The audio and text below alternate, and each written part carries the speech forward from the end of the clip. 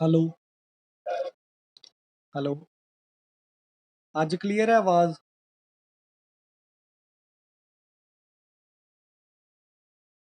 Hello.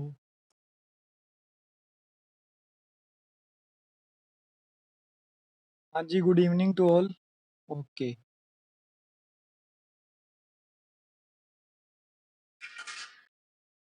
एक minute wait कर लो, फिर स्टार्ट करते हैं ਆਪਾਂ।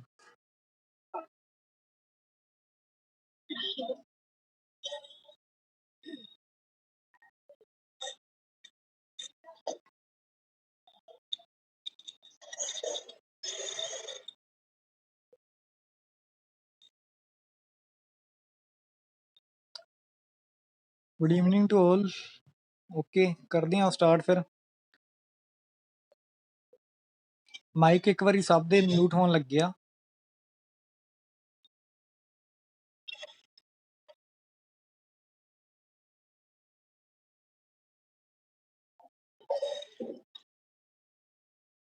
ਓਕੇ, ਆਪਾਂ ਐਂਸ਼ੀਅੰਟ ਹਿਸਟਰੀ ਖਤਮ ਕਰ ਚੁੱਕੇ ਹਾਂ। ਸੋ ਉਸ ਤੋਂ ਬਾਅਦ ਮੈਂ ਕਿਹਾ ਸੀ ਇਹਦੇ ਤੇ ਜ਼ੂਮ ਤੇ ਹੀ ਹੋਏਗੀ ਮੀਨਾ। ਇਸ ਤੋਂ ਬਾਅਦ ਕਿਹਾ ਸੀ ਕਿ ਮੈਡੀਵਲ ਹਿਸਟਰੀ ਸਟਾਰਟ ਕਰਾਂਗੇ, ਜਿਸ ਨੂੰ ਪੰਜਾਬੀ ਵਿੱਚ ਮੱਧਕਾਲੀਨ ਭਾਰਤ ਦਾ ਇਤਿਹਾਸ ਕਿਹਾ ਜਾਂਦਾ ਹੈ। ਸੋ ਅਗਰ ਤੁਸੀਂ ਕਿਸੇ ਵੀ ਕੰਪੀਟੀਟਿਵ ਐਗਜ਼ਾਮ ਦੀ, ਚਾਹੇ ਉਹ ਪੰਜਾਬ ਦਾ ਹੋਏ ਸੈਂਟਰ ਦਾ ਹੋਏ, ਦੀ ਤਿਆਰੀ ਕਰ ਰਹੇ ਹੋ ਤਾਂ ਇਹ ਵੀਡੀਓ ਤੁਹਾਡੇ ਸਭ ਦੇ ਲਈ ਆ। ਸੋ ਕਿਉਂਕਿ ਇਤਿਹਾਸ ਜੋ ਹੈ, ਹਿਸਟਰੀ ਜੋ ਹੈ ਜੀਕੇ ਦੇ ਵਿੱਚ ਪੁੱਛੀ ਜਾਂਦੀ ਹੈ। ਸੋ ਆਪਾਂ, ਹਾਂਜੀ ਮੀਨਾ, ਡੇਲੀ ਹੋਏਗੀ। ਟੀਚਮਿੰਟ ਐਪ ਤੇ ਐਪਲੀਕੇਸ਼ਨ ਸੋਰੀ PDF ਸ਼ੋ ਨਹੀਂ ਹੋ ਰਹੀ ਸੀ ਜਿਹੜੀ ਮੈਂ ਬਣਾਈ ਸੀ, ਸੋ ਇਸ ਲਈ ਜ਼ੂਮ ਤੇ ਹੀ ਰੱਖਣੀ ਪਈ। ਸੋ ਜੋ ਮੱਧਕਾਲੀਨ ਭਾਰਤ ਦਾ ਇਤਿਹਾਸ ਹੈ, ਉਸਦਾ ਅਗਰ ਸਮਾਂ ਦੱਸਿਆ ਜਾਏ ਤਾਂ ਉਹ 700 ਤੋਂ ਲੈ ਕੇ 1750 ਤੱਕ ਦਾ ਲਗਭਗ 1000 ਸਾਲ ਦਾ ਇਤਿਹਾਸ ਹੈ। ਇਸ ਕਾਲ ਨੂੰ ਕਿਹਾ ਜਾਂਦਾ ਹੈ ਮੱਧ ਯੁੱਗ ਭਾਰਤ ਦੇ ਇਤਿਹਾਸ। ਠੀਕ ਹੈ, 700 ਤੋਂ ਲੈ ਕੇ 1750 ਤੱਕ ਦਾ ਜੋ ਵੀ 1000 ਸਾਲ ਦਾ ਸਮਾਂ ਹੈ, ਉਸ ਨੂੰ ਹੀ ਭਾਰਤ ਦਾ ਮੱਧ ਯੁੱਗ ਕਿਹਾ ਜਾਂਦਾ ਹੈ। ਭਾਰਤ ਦਾ ਮੱਧਕਾਲੀਨ ਇਤਿਹਾਸ ਕਿਹਾ ਜਾਂਦਾ ਹੈ। ਓਕੇ, ਸੋ ਜੋ ਅੱਜ ਦੀ ਵੀਡੀਓ ਹੈ ਬੇਸਿਕਲੀ NCERT ਦੇ ਜੋ 2 ਚੈਪਟਰ ਆ, ਫਸਟ ਚੈਪਟਰ ਔਰ ਸੈਕਿੰਡ ਚੈਪਟਰ, ਉਹਨਾਂ ਉੱਪਰ ਬੇਸਡ ਆ। ਅਗਰ ਕੱਲ ਤੁਸੀਂ ਮੀਟਿੰਗ ਲਗਵਾਈ ਸੀ ਗੂਗਲ ਮੀਟ ਤੇ ਜੋ ਹੋਈ ਸੀ, ਸੋ ਉਹਨਾਂ ਲਈ ਰੀਕਾਲ ਹੋ ਜਾਏਗਾ, ਬਾਕੀ ਸਭ ਦੇ ਲਈ ਨਿਊ ਹੀ ਆ। ਸੋ ਫਸਟ ਚੈਪਟਰ ਤੋਂ ਹੀ ਸਟਾਰਟ ਕਰਾਂਗੇ ਕਿਉਂਕਿ ਕੱਲ ਕਾਫੀ ਸਾਰਿਆਂ ਨੂੰ ਮੀਟਿੰਗ ਦੇ ਵਿੱਚ ਪ੍ਰੋਬਲਮ ਆ ਰਹੀ ਸੀ ਵੌਇਸ ਦੀ। ਸੋ ਫਸਟ ਚੈਪਟਰ ਜੋ ਹੈ 1000 ਸਾਲਾਂ ਦੌਰਾਨ ਹੋਈਆਂ ਜੋ ਤਬਦੀਲੀਆਂ ਉਹਨਾਂ ਦੀ ਪੜਤਾਲ ਕਰਨੀ ਹੈ। ਫਸਟ ਚੈਪਟਰ ਬੇਸਿਕਲੀ ਮੱਧਕਾਲੀਨ ਇਤਿਹਾਸ ਦੇ ਜੋ ਸਮਾਂ ਹੈ 700 ਤੋਂ ਲੈ ਕੇ 1750 ਤੱਕ ਦਾ ਜੋ ਸਮਾਂ ਹੈ 1000 ਸਾਲ ਦਾ, ਉਸ 1000 ਸਾਲ ਦੇ ਵਿੱਚ ਕੀ ਤਬਦੀਲੀਆਂ ਆਈਆਂ, ਬੇਸਿਕਲੀ ਆਪਾਂ ਉਹਨਾਂ ਦੀ ਪੜਤਾਲ ਕਰਨੀ ਹੈ। ਦੇਖਣਾ ਹੈ ਕਿ ਕੀ ਤਬਦੀਲੀਆਂ ਆਈਆਂ, ਉਹਨਾਂ ਦੇ ਕੀ ਰੀਜ਼ਨ ਸੀ, ਤਬਦੀਲੀਆਂ ਕਿਉਂ ਆਈਆਂ, ਤਬਦੀਲੀਆਂ ਦੇ ਕੀ ਇਫੈਕਟ ਪਏ, ਭਾਰਤ ਦੇ ਵਿੱਚ ਰਹਿਣ ਵਾਲੇ ਲੋਕਾਂ ਦੇ ਉੱਪਰ ਇਹਨਾਂ ਦੇ ਕੀ ਇਫੈਕਟ ਪਏ, ਉਹ ਦੇਖਾਂਗੇ ਆਪਾਂ। ਸੋ ਪਹਿਲਾਂ, ਉਸ ਤੋਂ ਪਹਿਲਾਂ 2 ਮੇਨ ਪੁਆਇੰਟ ਆ, ਉਹ ਨੋਟ ਕਰ ਲਿਓ। ਸਭ ਤੋਂ ਪਹਿਲਾਂ ਅਰਬ ਭੂਗੋਲ ਵਿਗਿਆਨੀ ਅਲ ਇਦਰੀਸੀ ਨੇ 1151 ਦੇ ਵਿੱਚ ਪਹਿਲੀ ਵਾਰ ਵਰਲਡ ਮੈਪ ਦੇ ਉੱਪਰ ਭਾਰਤ ਦੇ ਨਕਸ਼ੇ ਨੂੰ ਦਰਸਾਇਆ ਸੀ। ਮੈਂ ਰਿਪੀਟ ਕਰ ਰਿਹਾ, ਇੱਕ ਅਰਬ ਭੂਗੋਲ ਵਿਗਿਆਨੀ ਸੀ, ਉਹਨਾਂ ਦਾ ਨਾਮ ਸੀ ਅਲ ਇਦਰੀਸੀ। ਇਹ ਨਾਮ ਯਾਦ ਰੱਖ ਲਿਓ। ਇਹਨਾਂ ਨੇ ਫਸਟ ਟਾਈਮ ਭਾਰਤ ਦੇ ਮੈਪ ਨੂੰ ਵਰਲਡ ਮੈਪ ਦੇ ਉੱਪਰ ਸ਼ੋਅ ਕੀਤਾ, ਲੇਕਿਨ ਜੋ ਭਾਰਤ ਦਾ ਮੈਪ ਦਿਖਾਇਆ ਇਹਨਾਂ ਨੇ, ਉਹ ਸਪਸ਼ਟ ਰੂਪ ਦੇ ਵਿੱਚ ਜੋ ਆਧੁਨਿਕ ਦਾ ਮੈਪ ਹੈ ਉਹਦੇ ਨਾਲ ਮੈਚ ਨਹੀਂ ਕਰਦਾ ਸੀ। ਲੇਕਿਨ ਅਗਰ ਤੁਹਾਨੂੰ ਕੁਐਸਚਨ ਆਉਂਦਾ ਹੈ ਕਿ ਸਭ ਤੋਂ ਪਹਿਲਾਂ ਭਾਰਤ ਦੇ ਮੈਪ ਨੂੰ ਵਿਸ਼ਵ ਦੇ ਮੈਪ ਦੇ ਉੱਪਰ ਦਰਸਾਉਣ ਵਾਲਾ ਕੌਣ ਵਿਅਕਤੀ ਸੀ, ਤਾਂ ਉਸਦਾ ਨਾਮ ਹੋਏਗਾ ਅਲ ਇਦਰੀਸੀ। ਠੀਕ ਹੈ, ਫਿਰ ਦੂਜੀ ਵਾਰੀ ਕੀ ਹੋਇਆ, 1720 ਦੇ ਵਿੱਚ ਇੱਕ ਫ੍ਰੈਂਚ ਨਕਸ਼ੇਕਾਰ, ਫਰਾਂਸ ਦੇ ਨਕਸ਼ੇਕਾਰ ਗਿਵਲੌਮ ਡੀ ਲਿਸਲ ਨੇ ਭਾਰਤ ਦੇ ਮੈਪ ਨੂੰ ਵਿਸ਼ਵ ਦੇ ਮੈਪ ਦੇ ਉੱਪਰ ਦਰਸਾਇਆ। ਇਹ ਜੋ ਮੈਪ ਸੀ ਅਲ ਇਦਰੀਸੀ ਨਾਲੋਂ ਬਿਲਕੁਲ ਭਿੰਨ ਸੀ, ਔਰ ਆਧੁਨਿਕ ਮੈਪ ਜੋ ਵਰਤਮਾਨ ਭਾਰਤ ਦਾ ਨਕਸ਼ਾ ਹੈ ਉਹਦੇ ਨਾਲ ਬਿਲਕੁਲ ਮੈਚ ਕਰਦਾ ਸੀ। ਠੀਕ ਹੈ, ਅਗਰ ਸਪਸ਼ਟ ਰੂਪ ਦੇ ਵਿੱਚ ਭਾਰਤ ਦੇ ਮੈਪ ਨੂੰ ਵਿਸ਼ਵ ਦੇ ਮੈਪ ਦੇ ਰੂਪ ਵਿੱਚ ਦਰਸਾਇਆ ਸੀ ਤਾਂ ਉਹ ਗਿਵਲੌਮ ਡੀ ਲਿਸਲ ਨੇ ਦਰਸਾਇਆ ਸੀ। ਲੇਕਿਨ ਅਗਰ ਪਹਿਲੀ ਵਾਰੀ ਭਾਰਤ ਦੇ ਮੈਪ ਨੂੰ ਵਿਸ਼ਵ ਦੇ ਮੈਪ ਤੇ ਦਰਸਾਇਆ ਸੀ ਤਾਂ ਉਹ ਅਲ ਇਦਰੀਸੀ ਸੀ। ਠੀਕ ਹੈ, ਇਹ 2 ਨਾਮ ਯਾਦ ਰੱਖ ਲਿਓ। ਸੋ ਹੁਣ ਗੱਲ ਕਰਦੇ ਹਾਂ 700 ਤੋਂ ਲੈ ਕੇ 1750 ਈਸਵੀ ਤੱਕ ਜਿਹੜੇ ਹੋਏ ਆ ਉਹਨਾਂ ਦੀ ਪੜਤਾਲ ਕਰਨੀ ਹੈ, ਕਿਉਂਕਿ ਪਹਿਲਾ ਚੈਪਟਰ ਇਹੀ ਹੈ ਕਿ 1000 ਸਾਲਾਂ ਦੇ ਵਿੱਚ ਕੀ ਕੀ ਪਰਿਵਰਤਨ ਆਏ। ਸਭ ਤੋਂ ਪਹਿਲਾਂ ਆਪਾਂ ਗੱਲ ਕਰਾਂਗੇ ਲੈਂਗੁਏਜ ਦੇ ਵਿੱਚ ਕੀ ਤਬਦੀਲੀਆਂ ਆਈਆਂ, ਕੀ ਚੇਂਜਸ ਆਏ। ਕੀ ਹੁੰਦਾ ਕਿ ਸਮੇਂ ਬੀਤਣ ਦੇ ਨਾਲ ਹੀ ਆਪਾਂ ਦੇਖਦੇ ਹਾਂ ਕਿ ਲੋਕਾਂ ਦੇ ਪਹਿਰਾਵੇ, ਉਹਨਾਂ ਦੇ ਖਾਣ ਪੀਣ, ਉਹਨਾਂ ਦੀਆਂ ਆਦਤਾਂ ਤੇ ਨਾਲ ਹੀ ਸ਼ਬਦਾਵਲੀ ਦੇ ਵਿੱਚ ਕੀ ਹੁੰਦਾ ਚੇਂਜਸ ਆਣੀਆਂ ਸ਼ੁਰੂ ਹੋ ਜਾਂਦੀਆਂ। ਜਿਵੇਂ ਇੱਕ ਡਾਇਲੋਗ ਹੈ, ਫੇਮਸ ਹੈ ਕਿ ਕੋ ਤੇ ਬਦਲੇ ਪਾਣੀ, ਚਾਰ ਕੋਰ ਤੇ ਬਾਣੀ। ਠੀਕ ਹੈ, ਮਤਲਬ ਇੱਕ ਕੋਹ ਤੇ ਪਾਣੀ ਬਦਲ ਜਾਂਦਾ ਹੈ, ਇੱਕ ਮੀਲ ਤੇ ਪਾਣੀ ਬਦਲ ਜਾਂਦਾ ਹੈ, ਉਵੇਂ ਹੀ 4 ਮੀਲ ਤੇ ਕੀ ਹੁੰਦਾ ਕਿ ਲੈਂਗੁਏਜ ਦੇ ਵਿੱਚ ਵੀ ਚੇਂਜਸ ਆਣੇ ਸ਼ੁਰੂ ਹੋ ਜਾਂਦੇ ਆ। ਇਹਨਾਂ ਵਿੱਚ ਦੋ ਵਰਡ ਆ। ਫਰਸਟ ਹੈ ਹਿੰਦੁਸਤਾਨ, ਜਿਸ ਨੂੰ ਆਪਾਂ ਆਧੁਨਿਕ ਭਾਰਤ ਦੇ ਰੂਪ ਵਿੱਚ ਜਾਣਦੇ ਹਾਂ। ਅਗਰ ਅੱਜ ਹਿੰਦੁਸਤਾਨ ਦੀ ਗੱਲ ਕਰਦੇ ਹਾਂ ਤਾਂ ਅੱਜ ਦੇ ਹਿੰਦੁਸਤਾਨ ਨੂੰ ਆਪਾਂ ਭਾਰਤ ਹੀ ਕਹਿ ਦਿੰਦੇ ਹਾਂ। ਲੇਕਿਨ 13ਵੀਂ ਸਦੀ ਦੇ ਵਿੱਚ ਕੀ ਸੀ ਕਿ ਇੱਕ ਫਰਾਂਸ ਦੇ ਇਤਿਹਾਸਕਾਰ ਸੀ ਮਿਨਾਜ ਸਿਰਾਜ, ਉਹਨਾਂ ਨੇ ਹਿੰਦੁਸਤਾਨ ਜੋ ਵਰਡ ਯੂਜ਼ ਕੀਤਾ ਉਹ ਪੰਜਾਬ, ਹਰਿਆਣਾ ਅਤੇ ਗੰਗਾ ਯਮੁਨਾ ਦੇ ਵਿੱਚ ਜੋ ਇਲਾਕਾ ਸਥਿਤ ਸੀ ਉਸ ਨੂੰ ਲੈ ਕੇ ਕੀਤਾ ਸੀ। ਇਹ ਡਾਇਰੈਕਟ ਕੁਐਸਚਨ ਪੁੱਛਿਆ ਜਾਂਦਾ ਹੈ ਕਿ ਮਿਨਾਜ ਸਿਰਾਜ ਨੇ ਹਿੰਦੁਸਤਾਨੀ ਸ਼ਬਦ ਦੀ ਵਰਤੋਂ ਕਿਸ ਲਈ ਕੀਤੀ ਸੀ। ਉਹ ਪੰਜਾਬ, ਹਰਿਆਣਾ ਅਤੇ ਗੰਗਾ ਯਮੁਨਾ ਦੇ ਵਿੱਚ ਜੋ ਇਲਾਕਾ ਸੀ ਉਸ ਦੇ ਲਈ ਕੀਤੀ ਗਈ ਸੀ। ਐਵੇਂ ਹੀ ਇੱਕ ਹੋਰ ਵਰਡ ਹੈ, ਉਸ ਤੋਂ ਪਹਿਲਾਂ 16ਵੀਂ ਸਦੀ ਦੇ ਵਿੱਚ ਬਾਬਰ ਨੇ ਵੀ ਹਿੰਦੁਸਤਾਨ ਦੀ ਜੋ ਸ਼ਬਦ ਨੂੰ ਵਰਤਿਆ, ਉਹ ਕਿਸ ਲਈ ਵਰਤਿਆ ਕਿ ਭਾਰਤੀ ਉਪ ਮਹਾਦੀਪ ਦੇ ਵਿੱਚ ਜੋ ਜਾਨਵਰ ਰਹਿੰਦੇ ਸੀ, ਇੱਥੋਂ ਦੇ ਲੋਕ ਸੀ, ਜੋ ਉਹਨਾਂ ਦਾ ਪਹਿਰਾਵਾ ਸੀ, ਉਹਨਾਂ ਦਾ ਖਾਣ ਪੀਣ ਸੀ, ਉਹਨਾਂ ਦਾ ਬੋਲਚਾਲ ਸੀ, ਉਹਨਾਂ ਨੂੰ ਵਰਣਨ ਕਰਨ ਲਈ ਬਾਬਰ ਨੇ ਹਿੰਦੁਸਤਾਨ ਜੋ ਹੈ ਵਰਡ ਯੂਜ਼ ਕੀਤਾ ਸੀ। ਜੋ ਬਾਬਰ ਨੇ ਹਿੰਦੁਸਤਾਨ ਦੇ ਬਾਰੇ ਗੱਲ ਕਹੀ ਸੀ ਉਹ 14ਵੀਂ ਸਦੀ ਦੇ ਕਵੀ ਅਮੀਰ ਖੁਸਰੋ ਦੇ ਨਾਲ ਸੇਮ ਟੂ ਸੇਮ ਮੈਚ ਕਰਦੀ ਸੀ। ਠੀਕ ਹੈ, ਬਾਬਰ ਔਰ ਕਵੀ ਅਮੀਰ ਖੁਸਰੋ। ਅਗਰ ਤੁਹਾਨੂੰ ਕੁਐਸਚਨ ਆਏ ਅਮੀਰ ਖੁਸਰੋ ਕਦੋਂ ਦੇ ਕਵੀ ਸੀ ਤਾਂ ਉਹ 14ਵੀਂ ਸਦੀ ਦੇ ਕਵੀ ਸੀ। ਠੀਕ ਹੈ, ਹੁਣ ਦੂਸਰਾ ਵਰਡ ਹੈ ਵਿਦੇਸ਼ੀ। ਇਹ ਵੀ ਇੰਪੋਰਟੈਂਟ ਹੈ। ਅਗਰ ਤੁਸੀਂ ਸੈਂਟਰ ਐਗਜ਼ਾਮ ਦੀ ਤਿਆਰੀ ਕਰ ਰਹੇ ਹੋ ਤਾਂ ਉਹਨਾਂ ਦੇ ਵਿੱਚ ਡਾਇਰੈਕਟ ਆਹ ਲਾਈਨ ਪੁੱਛੀ ਜਾਂਦੀ ਆ ਕਿ ਮੱਧ ਯੁੱਗ ਦੇ ਵਿੱਚ ਕੋਈ ਅਣਜਾਣ ਵਿਅਕਤੀ ਜੋ ਕਿਸੇ ਪਿੰਡ ਵਿੱਚੋਂ ਆਇਆ ਸੀ ਔਰ ਉਹ ਸਮਾਜ ਦੀ ਸੰਸਕ੍ਰਿਤੀ ਦਾ ਹਿੱਸਾ ਨਹੀਂ ਸੀ, ਉਸ ਨੂੰ ਵਿਦੇਸ਼ੀ ਕਿਹਾ ਜਾਂਦਾ ਸੀ। ਇਹ ਪੁੱਛਿਆ ਜਾਂਦਾ ਹੈ ਕਿ ਮੱਧ ਯੁੱਗ ਦੇ ਵਿੱਚ ਵਿਦੇਸ਼ੀ ਕਿਸ ਨੂੰ ਕਿਹਾ ਜਾਂਦਾ ਸੀ। ਉਹ ਟਰਮ ਦਿੱਤੀ ਜਾਂਦੀ ਹੈ ਕੋਈ ਵਿਅਕਤੀ ਜੋ ਅਣਜਾਣ ਵਿਅਕਤੀ ਸੀ, ਜੋ ਉਸ ਪਿੰਡ ਦਾ ਰਹਿਣ ਵਾਲਾ ਨਹੀਂ ਸੀ, ਉਸ ਨੂੰ ਵਿਦੇਸ਼ੀ ਕਿਹਾ ਜਾਂਦਾ ਸੀ। ਲੇਕਿਨ ਅੱਜ ਆਪਾਂ ਵਿਦੇਸ਼ੀ ਕਿਸ ਨੂੰ ਕਹਿੰਦੇ ਆ? ਉਹ ਵਿਅਕਤੀ ਜੋ ਭਾਰਤ ਦਾ ਨਾਗਰਿਕ ਨਹੀਂ ਹੈ, ਉਹ ਵਿਅਕਤੀ ਜਿਸ ਕੋਲ ਭਾਰਤ ਦੀ ਸਿਟੀਜ਼ਨਸ਼ਿਪ ਨਹੀਂ ਹੈ, ਉਸ ਨੂੰ ਆਪਾਂ ਵਿਦੇਸ਼ੀ ਕਹਿੰਦੇ ਆ। ਲੇਕਿਨ ਮੱਧ ਯੁੱਗ ਦੇ ਵਿੱਚ ਇਹੋ ਜਿਹਾ ਨਹੀਂ ਸੀ। ਮੱਧ ਯੁੱਗ ਦੇ ਵਿੱਚ ਕੋਈ ਅਗਰ ਦੂਸਰੇ ਪਿੰਡ ਤੋਂ ਵੀ ਵਿਅਕਤੀ ਆਇਆ ਹੋਵੇ ਔਰ ਉਸ ਦਾ ਪਹਿਰਾਵਾ, ਖਾਣ ਪੀਣ ਉਸ ਪਿੰਡ ਵਾਲਿਆਂ ਦੇ ਲੋਕਾਂ ਨਾਲ ਮੈਚ ਨਹੀਂ ਕਰਦਾ ਸੀ ਤਾਂ ਉਸ ਨੂੰ ਵਿਦੇਸ਼ੀ ਕਹਿ ਦਿੱਤਾ ਜਾਂਦਾ ਸੀ। ਇਸ ਤੋਂ ਬਾਅਦ ਆਪਾਂ ਗੱਲ ਕਰਦੇ ਹਾਂ ਇਤਿਹਾਸਿਕ ਸਰੋਤਾਂ ਦੇ ਵਿੱਚ ਕੀ ਚੇਂਜਸ ਆਏ। ਕੀ ਹੋਇਆ ਕਿ ਮੱਧ ਯੁੱਗ ਦੇ ਵਿੱਚ ਕਾਗਜ਼ ਬਣਾਉਣ ਦੀ ਵਿਧੀ ਜੋ ਹੈ ਉਹ ਡਿਵੈਲਪ ਹੋ ਚੁੱਕੀ ਸੀ ਔਰ ਕਾਗਜ਼ ਜੋ ਸੀ ਵੱਡੇ ਪੱਧਰ ਤੇ ਮਿਲਣਾ ਸ਼ੁਰੂ ਹੋ ਗਿਆ ਸੀ। ਠੀਕ ਹੈ, ਇਸ ਲਈ ਲੋਕਾਂ ਨੇ ਕੀ ਕੀਤਾ, ਜਿੰਨੇ ਵੀ ਲੋਕ ਸੀ ਜਾਂ ਇਤਿਹਾਸਕਾਰ ਸੀ ਜਾਂ ਸ਼ਾਸਕ ਸੀ ਜਾਂ ਸੰਤ ਸੀ, ਉਹਨਾਂ ਨੇ ਸਭ ਨੇ ਆਪਣੀਆਂ ਲਿਖਤਾਂ ਜੋ ਹੈ ਕਾਗਜ਼ ਦੇ ਉੱਪਰ ਲਿਖਣੀਆਂ ਸ਼ੁਰੂ ਕਰ ਦਿੱਤੀਆਂ, ਕਿਉਂਕਿ ਕਾਗਜ਼ ਜੋ ਸੀ ਈਜ਼ੀਲੀ ਸਭ ਨੂੰ ਮਿਲ ਜਾਂਦਾ ਸੀ ਔਰ ਇੰਨਾ ਮਹਿੰਗਾ ਵੀ ਨਹੀਂ ਸੀ। ਕਿਉਂਕਿ ਕਾਗਜ਼ ਬਣਾਉਣ ਦੀ ਟੈਕਨੀਕ ਜੋ ਸੀ ਉਹ ਭਾਰਤ ਦੇ ਵਿੱਚ ਆ ਚੁੱਕੀ ਸੀ। ਐਂਸ਼ੀਅੰਟ ਹਿਸਟਰੀ ਦੀ ਗੱਲ ਕਰੀਏ ਤਾਂ ਉਦੋਂ ਜੋ ਸੀ ਤਾੜ ਪੱਤਰਾਂ ਦੇ ਉੱਪਰ ਲਿਖਦੇ ਸੀ ਲੋਕ। ਠੀਕ ਹੈ, ਤਾੜ ਪੱਤਰ ਜੋ ਹੁੰਦੇ ਸੀ ਉਹ ਭੁੱਜ ਨਾਮਕ ਇੱਕ ਦਰਖਤ ਤੋਂ ਬਣਾਏ ਜਾਂਦੇ ਸੀ। ਲੇਕਿਨ ਉਸ ਤੋਂ ਬਾਅਦ ਜੋ ਮਿਡੀਵਲ ਹਿਸਟਰੀ ਦਾ ਪੀਰੀਅਡ ਹੈ ਉਸ ਸਮੇਂ ਕੀ ਹੋਇਆ, ਕਾਗਜ਼ ਦੇ ਉੱਪਰ ਲਿਖਣਾ ਸ਼ੁਰੂ ਹੋ ਗਿਆ। ਇਸ ਲਈ ਜਿੰਨੇ ਵੀ ਇਤਿਹਾਸਕਾਰ ਹੋਏ ਜਾਂ ਜਿੰਨੇ ਵੀ ਗ੍ਰੰਥ ਲਿਖੇ ਗਏ ਉਹ ਇਸੇ ਟਾਈਮ ਹੀ ਲਿਖੇ ਗਏ। ਠੀਕ ਹੈ, ਇਸ ਤੋਂ ਇਲਾਵਾ ਜੋ ਐਂਸ਼ੀਅੰਟ ਹਿਸਟਰੀ ਦੇ ਵਿੱਚ ਸਿੱਕੇ ਸੀ, ਸ਼ਿਲਾਲੇਖ ਸੀ, ਬਿਲਡਿੰਗ ਆਰਟ ਸੀ, ਉਹਨਾਂ ਦੇ ਵਿੱਚ ਵੀ ਭਿੰਨਤਾ ਜੋ ਹੈ ਐਂਸ਼ੀਅੰਟ ਹਿਸਟਰੀ ਨਾਲੋਂ ਚੇਂਜਸ ਆਉਂਦੀਆਂ ਗਈਆਂ। ਫਿਰ ਇੱਕ ਗੱਲ ਹੈ, ਇਹ ਡਾਇਰੈਕਟ ਪੁੱਛੀ ਜਾਂਦੀ ਹੈ ਲਾਈਨ ਕਿ ਉਹ ਜਗ੍ਹਾ ਜਿੱਥੇ ਦਸਤਾਵੇਜ਼ ਅਤੇ ਖਰੜੇ, ਜਿਹਨੂੰ ਪਾਂਡੂ ਲਿਪੀਆਂ ਕਹਿੰਦੇ ਆ ਹਿੰਦੀ ਵਿੱਚ, ਇਕੱਠੇ ਕੀਤੇ ਜਾਂਦੇ ਆ, ਮਤਲਬ ਰੱਖੇ ਜਾਂਦੇ ਆ, ਉਸ ਜਗ੍ਹਾ ਨੂੰ ਕੀ ਕਿਹਾ ਜਾਂਦਾ ਹੈ? ਉਸ ਜਗ੍ਹਾ ਨੂੰ ਪੂਰਾ ਲੇਖਾਗਾਰ ਕਿਹਾ ਜਾਂਦਾ ਹੈ। ਹਿੰਦੀ ਵਿੱਚ ਕਹਿੰਦੇ ਆ ਅਭਿਲੇਖਾਗਾਰ। ਮੈਂ ਰਿਪੀਟ ਕਰ ਰਿਹਾ, ਡਾਇਰੈਕਟ ਕੁਐਸਚਨ ਆਉਂਦਾ ਇਹਦੇ ਤੇ, ਉਹ ਜਗ੍ਹਾ ਜਿੱਥੇ ਦਸਤਾਵੇਜ਼ ਅਤੇ ਪਾਂਡੂ ਲਿਪੀਆਂ ਇਕੱਠੇ ਰੱਖੇ ਜਾਂਦੇ ਆ ਉਸ ਜਗ੍ਹਾ ਨੂੰ ਕੀ ਕਿਹਾ ਜਾਂਦਾ ਹੈ? ਉਸ ਨੂੰ ਪੂਰਾ ਲੇਖਾਗਾਰ ਕਿਹਾ ਜਾਂਦਾ ਹੈ ਜਾਂ ਉਸ ਨੂੰ ਹਿੰਦੀ ਵਿੱਚ ਕਹਿੰਦੇ ਆ ਅਭਿਲੇਖਾਗਾਰ। ਫਿਰ ਸਮਾਜਿਕ ਤਬਦੀਲੀ ਕੀ ਆਈ ਸਮਾਜ ਦੇ ਵਿੱਚ? ਆਪਾਂ ਦੇਖਦੇ ਹਾਂ ਕਿ ਨਵੀਂ ਟੈਕਨੋਲੋਜੀ ਆਈ। ਐਂਸ਼ੀਅੰਟ ਹਿਸਟਰੀ ਦੇ ਵਿੱਚ ਸਿੰਚਾਈ ਜੋ ਸੀ, ਇਰੀਗੇਸ਼ਨ ਸੀ, ਉਹ ਇੰਨੀ ਵੱਡੇ ਪੱਧਰ ਤੇ ਨਹੀਂ ਹੋ ਰਹੀ ਸੀ। ਉਸ ਦੇ ਵਿੱਚ ਚੇਂਜਸ ਆਈ। ਕੀ ਆਈ? ਸਿੰਚਾਈ ਦੇ ਵਿੱਚ ਰਹਿੜ ਦੀ ਵਰਤੋਂ ਹੋਣੀ ਸ਼ੁਰੂ ਹੋ ਗਈ।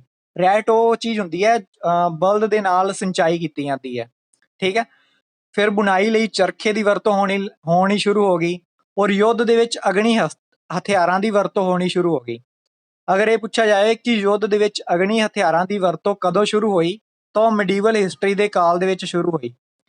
ਕਿਹਾ ਜਾਂਦਾ ਹੈ ਕਿ ਬਾਬਰ ਨੇ ਸਭ ਤੋਂ ਪਹਿਲਾਂ ਅਗਨੀ ਹਥਿਆਰਾਂ ਦੀ ਵਰਤੋਂ ਕੀਤੀ, ਲੇਕਿਨ ਬਾਬਰ ਤੋਂ ਪਹਿਲਾਂ ਵੀ ਅਗਨੀ ਹਥਿਆਰਾਂ ਦੀ ਵਰਤੋਂ ਆਪਣੇ ਭਾਰਤ ਦੇ ਵਿੱਚ ਹੋ ਚੁੱਕੀ ਸੀ। ਉਹ ਆਪਾਂ ਅੱਗੇ ਡਿਸਕਸ ਕਰਾਂਗੇ ਜਦੋਂ ਆਪਾਂ ਤੀਸਰੇ ਜਾਂ ਚੌਥੇ ਚੈਪਟਰ ਨੂੰ ਦੇਖਾਂਗੇ। ਫਿਰ ਖੁਰਾਕ ਦੇ ਵਿੱਚ ਤਬਦੀਲੀਆਂ ਆਈਆਂ। ਆਲੂ, ਮੱਕੀ, ਚਾਹ ਅਤੇ ਕੌਫੀ ਜੋ ਹੈ ਉਹ ਭਾਰਤ ਦੀ ਖੁਰਾਕ ਦੇ ਵਿੱਚ ਆਣੇ ਸ਼ੁਰੂ ਹੋ ਗਏ। ਇਸ ਤੋਂ ਇਲਾਵਾ ਰਾਜਨੀਤਿਕ ਤਬਦੀਲੀਆਂ ਕੀ ਆਈਆਂ? ਰਾਜਪੂਤਾਂ ਦਾ ਉਭਾਰ ਹੋਇਆ। ਰਾਜਪੂਤ ਉਹੀ ਜਿਹੜੀ ਰਾਜਸਥਾਨ ਦੇ ਵਿੱਚ ਇੱਕ ਕੌਮ ਹੈ ਜਿਹਨੂੰ ਬਹਾਦੁਰ ਕੌਮ ਕਿਹਾ ਜਾਂਦਾ, ਉਸ ਨੂੰ ਰਾਜਪੂਤ ਕੌਮ ਜੋ ਹੈ ਉਹ ਉਭਾਰ ਦੇ ਰੂਪ ਵਿੱਚ ਇੱਕ ਸ਼ਕਤੀਸ਼ਾਲੀ ਜੋ ਹੈ ਸੰਗਠਨ ਦੇ ਰੂਪ ਵਿੱਚ ਉੱਭਰ ਕੇ ਆਈ। ਐਵੇਂ ਹੀ 17ਵੀਂ ਸਦੀ ਜਾਂ 18ਵੀਂ ਸਦੀ ਦੇ ਵਿੱਚ ਸਿੱਖ, ਮਰਾਠਾ, ਜਾਟ, ਅਹੋਮ ਵਰਗੇ ਜੋ ਸਮੂਹ ਸੀ ਉਹਨਾਂ ਦੀ ਵੀ ਮਹੱਤਤਾ ਜੋ ਹੈ ਵਧਣੀ ਸ਼ੁਰੂ ਹੋ ਗਈ, ਕਿਉਂਕਿ ਆਪਾਂ ਗੱਲ ਕਰ ਰਹੇ ਹਾਂ 700 ਤੋਂ ਲੈ ਕੇ 1750 ਤੱਕ ਦੇ ਸਮੇਂ ਦੀ। ਸੋ ਇਸ ਸਮੇਂ ਜੋ ਰਾਜਨੀਤਿਕ ਤਬਦੀਲੀਆਂ ਆਈਆਂ ਉਹ ਇਹੀ ਸੀ। ਇਸ ਤੋਂ ਇਲਾਵਾ ਦਿੱਲੀ ਸਲਤਨਤ ਦਾ ਕਾਲ ਆਇਆ, ਮੁਗਲ ਆਏ, ਠੀਕ ਹੈ। ਇਸ ਤੋਂ ਇਲਾਵਾ ਆਪਾਂ ਗੱਲ ਕਰਦੇ ਹਾਂ ਪ੍ਰਦੇਸ਼ ਅਤੇ ਰਾਜ ਦੇ ਵਿੱਚ ਕੀ ਕੀ ਤਬਦੀਲੀਆਂ ਆਈਆਂ। ਬੇਸਿਕਲੀ ਜੋ ਸੈਕਿੰਡ ਚੈਪਟਰ ਹੈ ਚੋਲਾਂ ਬਾਰੇ ਹੈ। ਚੋਲ ਜਿਨ੍ਹਾਂ ਨੂੰ ਕਿਹਾ ਜਾਂਦਾ ਉਹਨਾਂ ਬਾਰੇ ਆਪਾਂ ਸੈਕਿੰਡ ਚੈਪਟਰ ਵਿੱਚ ਡਿਸਕਸ ਕਰਾਂਗੇ।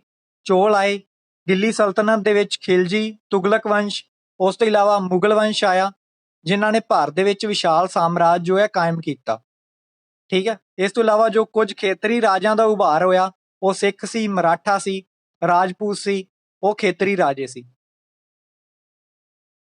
ਧਾਰਮਿਕ ਤਬਦੀਲੀ ਦੇ ਵਿੱਚ ਕੀ ਆਇਆ ਕਿ ਲੋਕਾਂ ਨੇ ਮੰਦਿਰ ਬਣਾਉਣੇ ਸ਼ੁਰੂ ਕਰ ਦਿੱਤੇ, ਨਵੇਂ ਦੇਵੀ ਦੇਵਤਿਆਂ ਦੀ ਪੂਜਾ ਜੋ ਹੈ ਉਹ ਹੋਣੀ ਸ਼ੁਰੂ ਹੋ ਗਈ। ਇਸ ਤੋਂ ਇਲਾਵਾ ਮੰਦਿਰ ਜੋ ਸੀ ਉਹ ਵੱਖ-ਵੱਖ ਸ਼ੈਲੀਆਂ ਦੇ ਵਿੱਚ ਬਣਨੇ ਸ਼ੁਰੂ ਹੋਏ।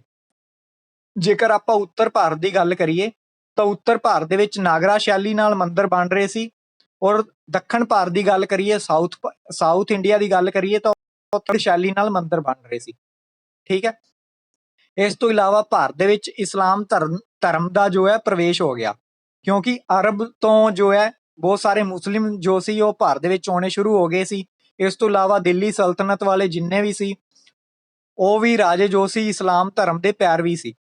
ਕਿਉਂ? ਇਸ ਨਾਲ ਕੀ ਹੋਇਆ, ਭਾਰਤ ਦੇ ਵਿੱਚ ਇਸਲਾਮ ਧਰਮ ਜੋ ਹੈ ਉਹ ਫੈਲਣਾ ਸ਼ੁਰੂ ਹੋ ਗਿਆ। ਬਹੁਤ ਸਾਰੇ ਸ਼ਾਸਕਾਂ ਨੇ ਕੀ ਕੀਤਾ ਕਿ ਇਸਲਾਮ ਧਰਮ ਤੇ ਉਸ ਦੇ ਜੋ ਵੀ ਵਿਦਵਾਨ ਸੀ ਔਰ ਨਿਆਂ ਕਰਨ ਵਾਲੇ ਉਲਮਾ ਸੀ ਉਹਨਾਂ ਦੀ ਸਰਪ੍ਰਸਤੀ ਕੀਤੀ, ਮਤਲਬ ਉਹਨਾਂ ਨੂੰ ਆਪਣੀ ਪਨਾਹ ਦੇ ਵਿੱਚ ਰੱਖਿਆ। ਜਿਵੇਂ ਆਪਾਂ ਦੇਖਦੇ ਹਾਂ ਕਿ ਜੈਨ ਧਰਮ ਔਰ ਬੁੱਧ ਧਰਮ ਦੋ ਸੰਪਰਦਾਇਆਂ ਦੇ ਵਿੱਚ ਵੰਡਿਆ ਹੋਇਆ ਸੀ, ਹੀਨਯਾਨ, ਮਹਾਯਾਨ ਔਰ ਸ਼ਵੇਤਾਂਬਰ ਔਰ ਦਿਗੰਬਰ। ਐਵੇਂ ਹੀ ਇਸਲਾਮ ਜੋ ਸੀ ਉਹ ਵੀ ਦੋ ਸੰਪਰਦਾਇਆਂ ਵਿੱਚ ਵੰਡਿਆ ਹੋਇਆ ਸੀ। ਸਭ ਤੋਂ ਪਹਿਲਾ ਸੰਪਰਦਾਇ ਸੀ ਸ਼ੀਆ। ਸ਼ੀਆ ਉਹ ਸੀ ਜੋ ਪੈਗੰਬਰ ਸਾਹਿਬ ਦੇ ਜਵਾਈ ਅਲੀ ਨੂੰ ਆਪਣਾ ਆਗੂ ਮੰਨਦੇ ਸੀ। ਪੈਗੰਬਰ ਸਾਹਿਬ ਇੱਥੇ ਉਹਨਾਂ ਦਾ ਨਾਂ ਲਿਆ ਗਿਆ ਜੋ ਹਜ਼ਰਤ ਮੁਹੰਮਦ ਨੇ, ਜਿਨ੍ਹਾਂ ਨੇ ਕੁਰਾਨ ਸ਼ਰੀਫ ਦੇ ਵਿੱਚ ਜੋ ਵੀ ਆਇਤਾਂ ਲਿਖੀਆਂ ਉਹ ਉਹਨਾਂ ਦੇ ਸੰਦੇਸ਼ ਨੇ, ਠੀਕ ਹੈ। ਉਹਨਾਂ ਦੇ ਜੋ ਜਵਾਈ ਸੀ ਅਲੀ, ਉਹਨਾਂ ਨੂੰ ਆਗੂ ਮੰਨਦੇ ਸੀ ਸ਼ੀਆ। ਸੋ ਇਹ ਡਾਇਰੈਕਟ ਪੁੱਛਿਆ ਜਾਂਦਾ ਹੈ ਕਿ ਸ਼ੀਆ ਜੋ ਹੈ ਉਹ ਕਿਸ ਨੂੰ ਮੰਨਦੇ ਸੀ? ਉਹ ਪੈਗੰਬਰ ਸਾਹਿਬ ਦੇ ਜਵਾਈ ਅਲੀ ਨੂੰ ਆਪਣਾ ਆਗੂ ਮੰਨਦੇ ਸੀ। ਦੂਸਰਾ ਸੀ ਸੰਪਰਦਾਇ ਦੂਸਰਾ ਸੰਪਰਦਾਇ ਸੀ ਸੁੰਨੀ। ਸੁੰਨੀ ਕੀ ਕਰਦੇ ਸੀ? ਖਲੀਫਿਆਂ ਦੇ ਵਿੱਚ ਵਿਸ਼ਵਾਸ ਰੱਖਦੇ ਸੀ, ਠੀਕ ਹੈ। ਇਹ ਖਲੀਫੇ ਜੋ ਸੀ ਧਰਮ ਦੇ ਨੇਤਾ ਸੀ। ਜਿਵੇਂ ਆਪਾਂ ਮਾਡਰਨ ਹਿਸਟਰੀ ਦੇ ਵਿੱਚ ਵੇਖਦੇ ਹਾਂ ਕਿ ਇੱਕ ਖਿਲਾਫਤ ਅੰਦੋਲਨ ਹੋਇਆ ਭਾਰਤ ਦੇ ਵਿੱਚ, ਜਿਸ ਦੇ ਵਿੱਚ ਤੁਰਕੀ ਕੀ ਹੋਇਆ ਕਿ ਜੋ ਬ੍ਰਿਟਿਸ਼ ਇੰਗਲੈਂਡ ਦੇ ਵਿੱਚ ਸ਼ਾਸਨ ਕਰ ਰਹੇ ਸੀ ਔਰ ਭਾਰਤ ਦੇ ਵਿੱਚ ਵੀ ਈਸਟ ਇੰਡੀਆ ਕੰਪਨੀ ਦੇ ਰੂਪ ਵਿੱਚ ਸ਼ਾਸਨ ਕਰ ਰਹੇ ਸੀ। ਹਾਂਜੀ, ਇੱਕ ਵਾਰੀ ਆਹ ਚੈਪਟਰ ਬਸ ਹੁਣ ਖਤਮ ਹੋਣ ਵਾਲਾ, ਉਸ ਤੋਂ ਬਾਅਦ ਮੈਂ ਡਾਊਟ ਲਾਂਗਾ। ਉਹਨਾਂ ਨੇ ਕੀ ਕੀਤਾ ਕਿ ਜੋ ਇੰਗਲੈਂਡ ਦੇ ਵਿੱਚ ਸ਼ਾਸਨ ਚੱਲ ਰਿਹਾ ਸੀ ਉਹਨਾਂ ਨੇ ਤੁਰਕੀ ਦੇ ਵਿੱਚ ਜੋ ਖਲੀਫੇ ਸੀ ਉਹਨਾਂ ਨੂੰ ਉਸ ਤੋਂ ਪਦ ਤੋਂ ਹਟਾ ਦਿੱਤਾ। ਇਸ ਦੇ ਨਾਲ ਕੀ ਹੋਇਆ ਕਿ ਭਾਰਤ ਦੇ ਵਿੱਚ ਜਿੰਨੇ ਵੀ ਇਸਲਾਮ ਧਰਮ ਨੂੰ ਮੰਨਣ ਵਾਲੇ ਮੁਸਲਮਾਨ ਸੀ ਉਹਨਾਂ ਨੇ ਅੰਗਰੇਜ਼ਾਂ ਦੇ ਖਿਲਾਫ ਇੱਕ ਅੰਦੋਲਨ ਸ਼ੁਰੂ ਕੀਤਾ ਜਿਸ ਨੂੰ ਖਿਲਾਫਤ ਅੰਦੋਲਨ ਕਿਹਾ ਗਿਆ ਸੀ। ਉਹ ਬੇਸਿਕਲੀ ਇਸੇ ਲਈ ਕੀਤਾ ਗਿਆ ਸੀ ਕਿਉਂਕਿ ਤੁਰਕੀ ਦੇ ਵਿੱਚ ਖਲੀਫਿਆਂ ਦੀ ਇੱਕ ਮਹੱਤਵਪੂਰਨ ਜਗ੍ਹਾ ਸੀ, ਉਸ ਨੂੰ ਹਟਾ ਦਿੱਤਾ ਗਿਆ ਸੀ ਔਰ ਮੁਸਲਮਾਨਾਂ ਦੀ ਮੰਗ ਸੀ ਕਿ ਖਲੀਫਿਆਂ ਨੂੰ ਉਹੀ ਪਹਿਲਾਂ ਵਾਲਾ ਪਦ ਜੋ ਹੈ ਦਿੱਤਾ ਜਾਏ। ਇਸ ਲਈ ਜੋ ਹੈ ਖਿਲਾਫਤ ਅੰਦੋਲਨ ਸ਼ੁਰੂ ਹੋਇਆ। ਇਸ ਤੋਂ ਬਾਅਦ ਚੈਪਟਰ 2 ਹੋਏਗਾ ਸਟਾਰਟ। ਫਸਟ ਚੈਪਟਰ ਦੇ ਵਿੱਚ ਕਿਸੇ ਨੂੰ ਕੋਈ ਡਾਊਟ ਹੈ ਤਾਂ ਉਹ ਪੁੱਛ ਸਕਦਾ। ਮਾਈਕ ਅਨਮਿਊਟ ਹੋਣ ਲੱਗਿਆ। ਸੋ ਹਾਂਜੀ ਪ੍ਰਭਦੀਪ ਕੌਰ, ਮਾਈਕ ਆਪਣਾ ਅਨਮਿਊਟ ਕਰ ਲਓ ਪ੍ਰਭਦੀਪ। ਹਾਂਜੀ ਸਰ, ਗੁੱਡ ਇਵਨਿੰਗ ਜੀ। Good evening. ਸਰ ਸ਼ੀਆ ਚ ਥੋੜੀ ਪ੍ਰੋਬਲਮ ਸੀ, ਸ਼ੀਆ ਥੋੜਾ ਦੁਬਾਰਾ ਸਮਝਾ ਦੋ, ਸੋਨੀ ਦਾ ਥੋੜਾ ਐਕਸਪਲੇਨ ਹੋ ਗਿਆ ਸੀ ਜੀ। ਓਕੇ। ਸ਼ੀਆ ਜੋ ਸੀ ਉਹ ਪੈਗੰਬਰ ਸਾਹਿਬ ਦੇ ਜਵਾਈ, ਪੈਗੰਬਰ ਸਾਹਿਬ ਹਜ਼ਰਤ ਮੁਹੰਮਦ ਨੂੰ ਕਿਹਾ ਜਾਂਦਾ ਹੈ, ਔਰ ਉਹਨਾਂ ਦਾ ਜੋ ਜਵਾਈ ਸੀ, ਜੋ ਉਹਨਾਂ ਦਾ ਦਮਾਦ ਸੀ ਅਲੀ, ਉਸ ਨੂੰ ਆਪਣਾ ਆਗੂ ਮੰਨਦੇ ਸੀ। ਠੀਕ ਹੈ, ਹਜ਼ਰਤ ਮੁਹੰਮਦ ਦਾ ਜੋ ਜਵਾਈ ਸੀ ਉਸ ਨੂੰ ਆਪਣਾ ਆਗੂ ਮੰਨਦੇ ਸੀ ਸ਼ੀਆ ਜੋ ਸੀ। ਉਹਨਾਂ ਨੂੰ ਹੀ ਸੀਗਾ ਕਿ ਜਿਹੜੇ ਨਾਲ ਪੈਗੰਬਰ ਹੋਰ ਵੀ ਰਹਿੰਦੇ ਸੀ, ਉਹਨਾਂ ਦੇ ਸਾਰੇ ਲੋਕਾਂ ਨੂੰ ਮੰਨਿਆ ਜਾਂਦਾ ਸੀਗਾ। ਨਹੀਂ, ਬੇਸਿਕਲੀ ਜੋ ਜਵਾਈ ਅਲੀ ਸੀ ਉਹਨੇ ਆਪਣਾ ਇੱਕ ਅਲੱਗ ਸੰਪਰਦਾਇ ਖੜਾ ਕਰਤਾ ਸੀ, ਇਸ ਲਈ ਕੀ ਹੋਇਆ, ਸ਼ੀਆ ਨੇ ਉਹਨਾਂ ਨੂੰ ਮੰਨਣਾ ਸ਼ੁਰੂ ਕਰਤਾ। ਸਾਰੇ ਲੋਕਾਂ ਨੂੰ ਸ਼ੀਆ ਮੰਨਿਆ ਜਾਊਗਾ, ਫਿਰ ਇੱਕ ਨੂੰ ਹੀ ਕਿਹਾ ਜਾਊਗਾ? ਨਹੀਂ, ਜੋ ਜਵਾਈ ਅਲੀ ਨੂੰ ਆਪਣਾ ਆਗੂ ਮੰਨਦੇ ਸੀ ਉਹਨਾਂ ਨੂੰ ਸ਼ੀਆ ਕਿਹਾ ਜਾਏਗਾ, ਬਾਕੀ ਸਭ ਨੂੰ ਨਹੀਂ ਕਿਹਾ ਜਾਏਗਾ। ਅਗਰ ਆਪਾਂ ਦੇਖਦੇ ਹਾਂ ਕਿ ਸੂਫੀਵਾਦ ਦੀ ਲਹਿਰ ਆਪਣੇ ਭਾਰਤ ਦੇ ਵਿੱਚ ਚੱਲੀ, ਉਹਦੇ ਜੋ ਮੋਢੀ ਹੋਏ ਉਹ ਬਾਬਾ ਫਰੀਦ ਸੀ। ਉਹ ਨਾ ਤਾਂ ਸ਼ੀਆ ਸੀ ਨਾ ਸੁੰਨੀ ਸੀ। ਸੂਫੀਵਾਦ ਕੀ ਕਹਿੰਦਾ ਸੀ, ਇਸਲਾਮ ਧਰਮ ਦੀਆਂ ਜਿੰਨੀਆਂ ਵੀ ਧਾਰਨਾਵਾਂ ਸੀ ਉਹਨਾਂ ਵਿੱਚੋਂ ਮੋਸਟਲੀ ਉਹਨਾਂ ਦਾ ਖੰਡਨ ਕਰਦਾ ਸੀ। ਸੂਫੀਵਾਦ ਇਸਲਾਮ ਧਰਮ ਨਾਲੋਂ ਥੋੜਾ ਜਿਹਾ ਅਲੱਗ ਸੀ, ਔਰ ਬਾਬਾ ਫਰੀਦ ਜੋ ਸੀ ਉਹ ਚਿਸ਼ਤੀ ਸੰਪਰਦਾਇ ਨਾਲ ਸੰਬੰਧਿਤ ਸੀ। ਇਸਲਾਮ ਧਰਮ ਦੇ ਵਿੱਚ ਜੋ ਵੀ ਆਇਤਾਂ ਲਿਖੀਆਂ ਹੋਈਆਂ ਸੀ ਉਹਨਾਂ ਦੇ ਵਿੱਚੋਂ ਕੁਝ ਨੂੰ ਮੰਨਦੇ ਸੀ, ਬਾਕੀ ਪੂਰੀ ਤਰ੍ਹਾਂ ਉਹਨਾਂ ਨੂੰ ਨਹੀਂ ਮੰਨਦੇ ਸੀ। ਠੀਕ ਹੈ, ਇਸਲਾਮ ਧਰਮ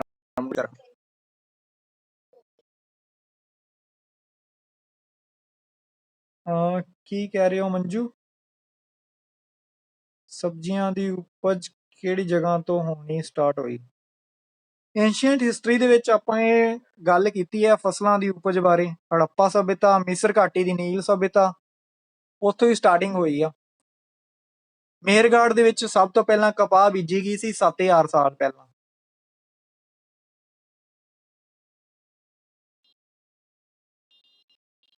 ਹਾਂਜੀ, ਕਿਸੇ ਹੋਰ ਦਾ ਕੋਈ ਡਾਊਟ ਹੈ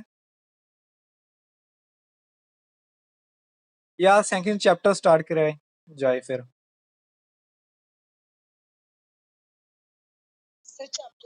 ਓਕੇ। ਸੋ ਮਾਈਕ ਸਭ ਦੇ ਮਿਊਟ ਨੇ ਫਿਰ ਤੋਂ। ਸੈਕਿੰਡ ਚੈਪਟਰ ਸਟਾਰਟ ਕਰਦੇ ਹਾਂ। ਇਹਦੇ ਵਿੱਚ ਗੱਲ ਕਰਾਂਗੇ ਆਪਾਂ ਨਵੇਂ ਰਾਜੇ ਅਤੇ ਉਹਨਾਂ ਦੇ ਰਾਜ ਬਾਰੇ। ਬੇਸਿਕਲੀ ਜੋ ਹੈ ਇਸ ਦੇ ਵਿੱਚ ਆਪਾਂ ਚੋਲ ਬਾਰੇ ਪੜਾਂਗੇ। ਚੋਲ, ਉਹਨਾਂ ਦੀ ਜੋ ਵੀ ਹੈ ਪ੍ਰਸ਼ਾਸਨ ਸੀ, ਉਹਨਾਂ ਨੇ ਕੀ ਆਪਣੇ ਰਾਜ ਦੇ ਵਿੱਚ ਵਿਕਾਸ ਕੀਤਾ, ਉਹਨਾਂ ਦਾ ਧਰਮ ਕੀ ਸੀ, ਉਹਨਾਂ ਨੇ ਜ਼ਮੀਨ ਦੀ ਵੰਡ ਕਿਵੇਂ ਕੀਤੀ, ਬੇਸਿਕਲੀ ਉਹਨਾਂ ਬਾਰੇ ਪੜਾਂਗੇ। ਨਾਲ ਜੋ ਵੀ ਨਵੇਂ ਰਾਜੇ ਹੋਏ ਉਹਨਾਂ ਦੇ ਬਾਰੇ ਥੋੜਾ ਦੇਖਾਂਗੇ। ਔਰ ਜੋ ਥਰਡ ਚੈਪਟਰ ਹੋਏਗਾ ਉਹਦੇ ਵਿੱਚ ਆਪਾਂ ਡਿਟੇਲ ਦੇ ਵਿੱਚ ਦਿੱਲੀ ਸਲਤਨਤ ਪੜਾਂਗੇ। ਓਕੇ। ਕੀ ਹੋਇਆ ਕਿ 700 ਤੋਂ ਲੈ ਕੇ 1750 ਦੇ ਸਮੇਂ ਦੇ ਵਿੱਚ ਨਵੇਂ ਰਾਜਿਆਂ ਨੇ ਉੱਭਰਨਾ ਸ਼ੁਰੂ ਕਰਤਾ। 7ਵੀਂ ਸਦੀ ਦੇ ਬਾਅਦ ਵਿੱਚ ਕਈ ਨਵੇਂ ਰਾਜਵੰਸ਼ ਉੱਭਰੇ। ਜੋ ਰਾਜਵੰਸ਼ ਸੀ, ਕੀ ਹੋਇਆ ਕਿ ਗੁਪਤ ਕਾਲ ਔਰ ਹਰਸ਼ਵਰਧਨ ਕਾਲ ਦੇ ਵਿੱਚ ਇੰਨੇ ਲੋਕਾਂ ਨੂੰ ਜ਼ਿਮੀਂਦਾਰੀ ਵੰਡ ਦਿੱਤੀ ਗਈ ਔਰ ਉਹਨਾਂ ਨੂੰ ਸਾਮੰਤਦਾਰੀ ਦੇਣੀ ਸ਼ੁਰੂ ਕਰਤੀ ਕਿ ਉਹ ਸਾਮੰਤ ਜੋ ਸੀ ਉਹ ਰਾਜਿਆਂ ਦਾ ਵਿਰੋਧ ਕਰਨਾ ਸ਼ੁਰੂ ਕਰ ਦਿੰਦੇ ਸੀ। ਅਗਰ ਕੋਈ ਰਾਜਾ ਬਲਵਾਨ ਨਹੀਂ ਹੁੰਦਾ ਸੀ ਜਾਂ ਉਹਦੇ ਵਿੱਚ ਇੰਨਾ ਦਮ ਜਾਂ ਸ਼ਕਤੀ ਨਹੀਂ ਹੁੰਦੀ ਸੀ ਕਿ ਉਹ ਪੂਰੇ ਰਾਜ ਪ੍ਰਸ਼ਾਸਨ ਨੂੰ ਚਲਾ ਸਕੇ, ਤਾਂ ਉਹ ਕੀ ਹੁੰਦਾ ਸੀ ਕਿ ਜੋ ਸਾਮੰਤ ਹੁੰਦੇ ਸੀ ਉਸ ਦੇ ਵਿਰੋਧ ਵਿੱਚ ਖੜੇ ਹੋ ਜਾਂਦੇ ਸੀ ਔਰ ਉਸ ਦੇ ਰਾਜ ਨੂੰ ਹੜੱਪ ਲੈਂਦੇ ਸੀ। ਐਵੇਂ ਹੀ ਜੋ ਸਾਮੰਤ ਸੀ, ਵੱਡੇ ਜ਼ਿਮੀਂਦਾਰ ਸੀ, ਉਹਨਾਂ ਨੇ ਕੀ ਕੀਤਾ, ਮਹਾਂਦੀਪ ਦੇ ਵੱਖ-ਵੱਖ ਹਿੱਸਿਆਂ ਦੇ ਵਿੱਚ ਆਪਣੇ ਆਪ ਨੂੰ ਫੈਲਾਉਣਾ ਸ਼ੁਰੂ ਕਰਤਾ।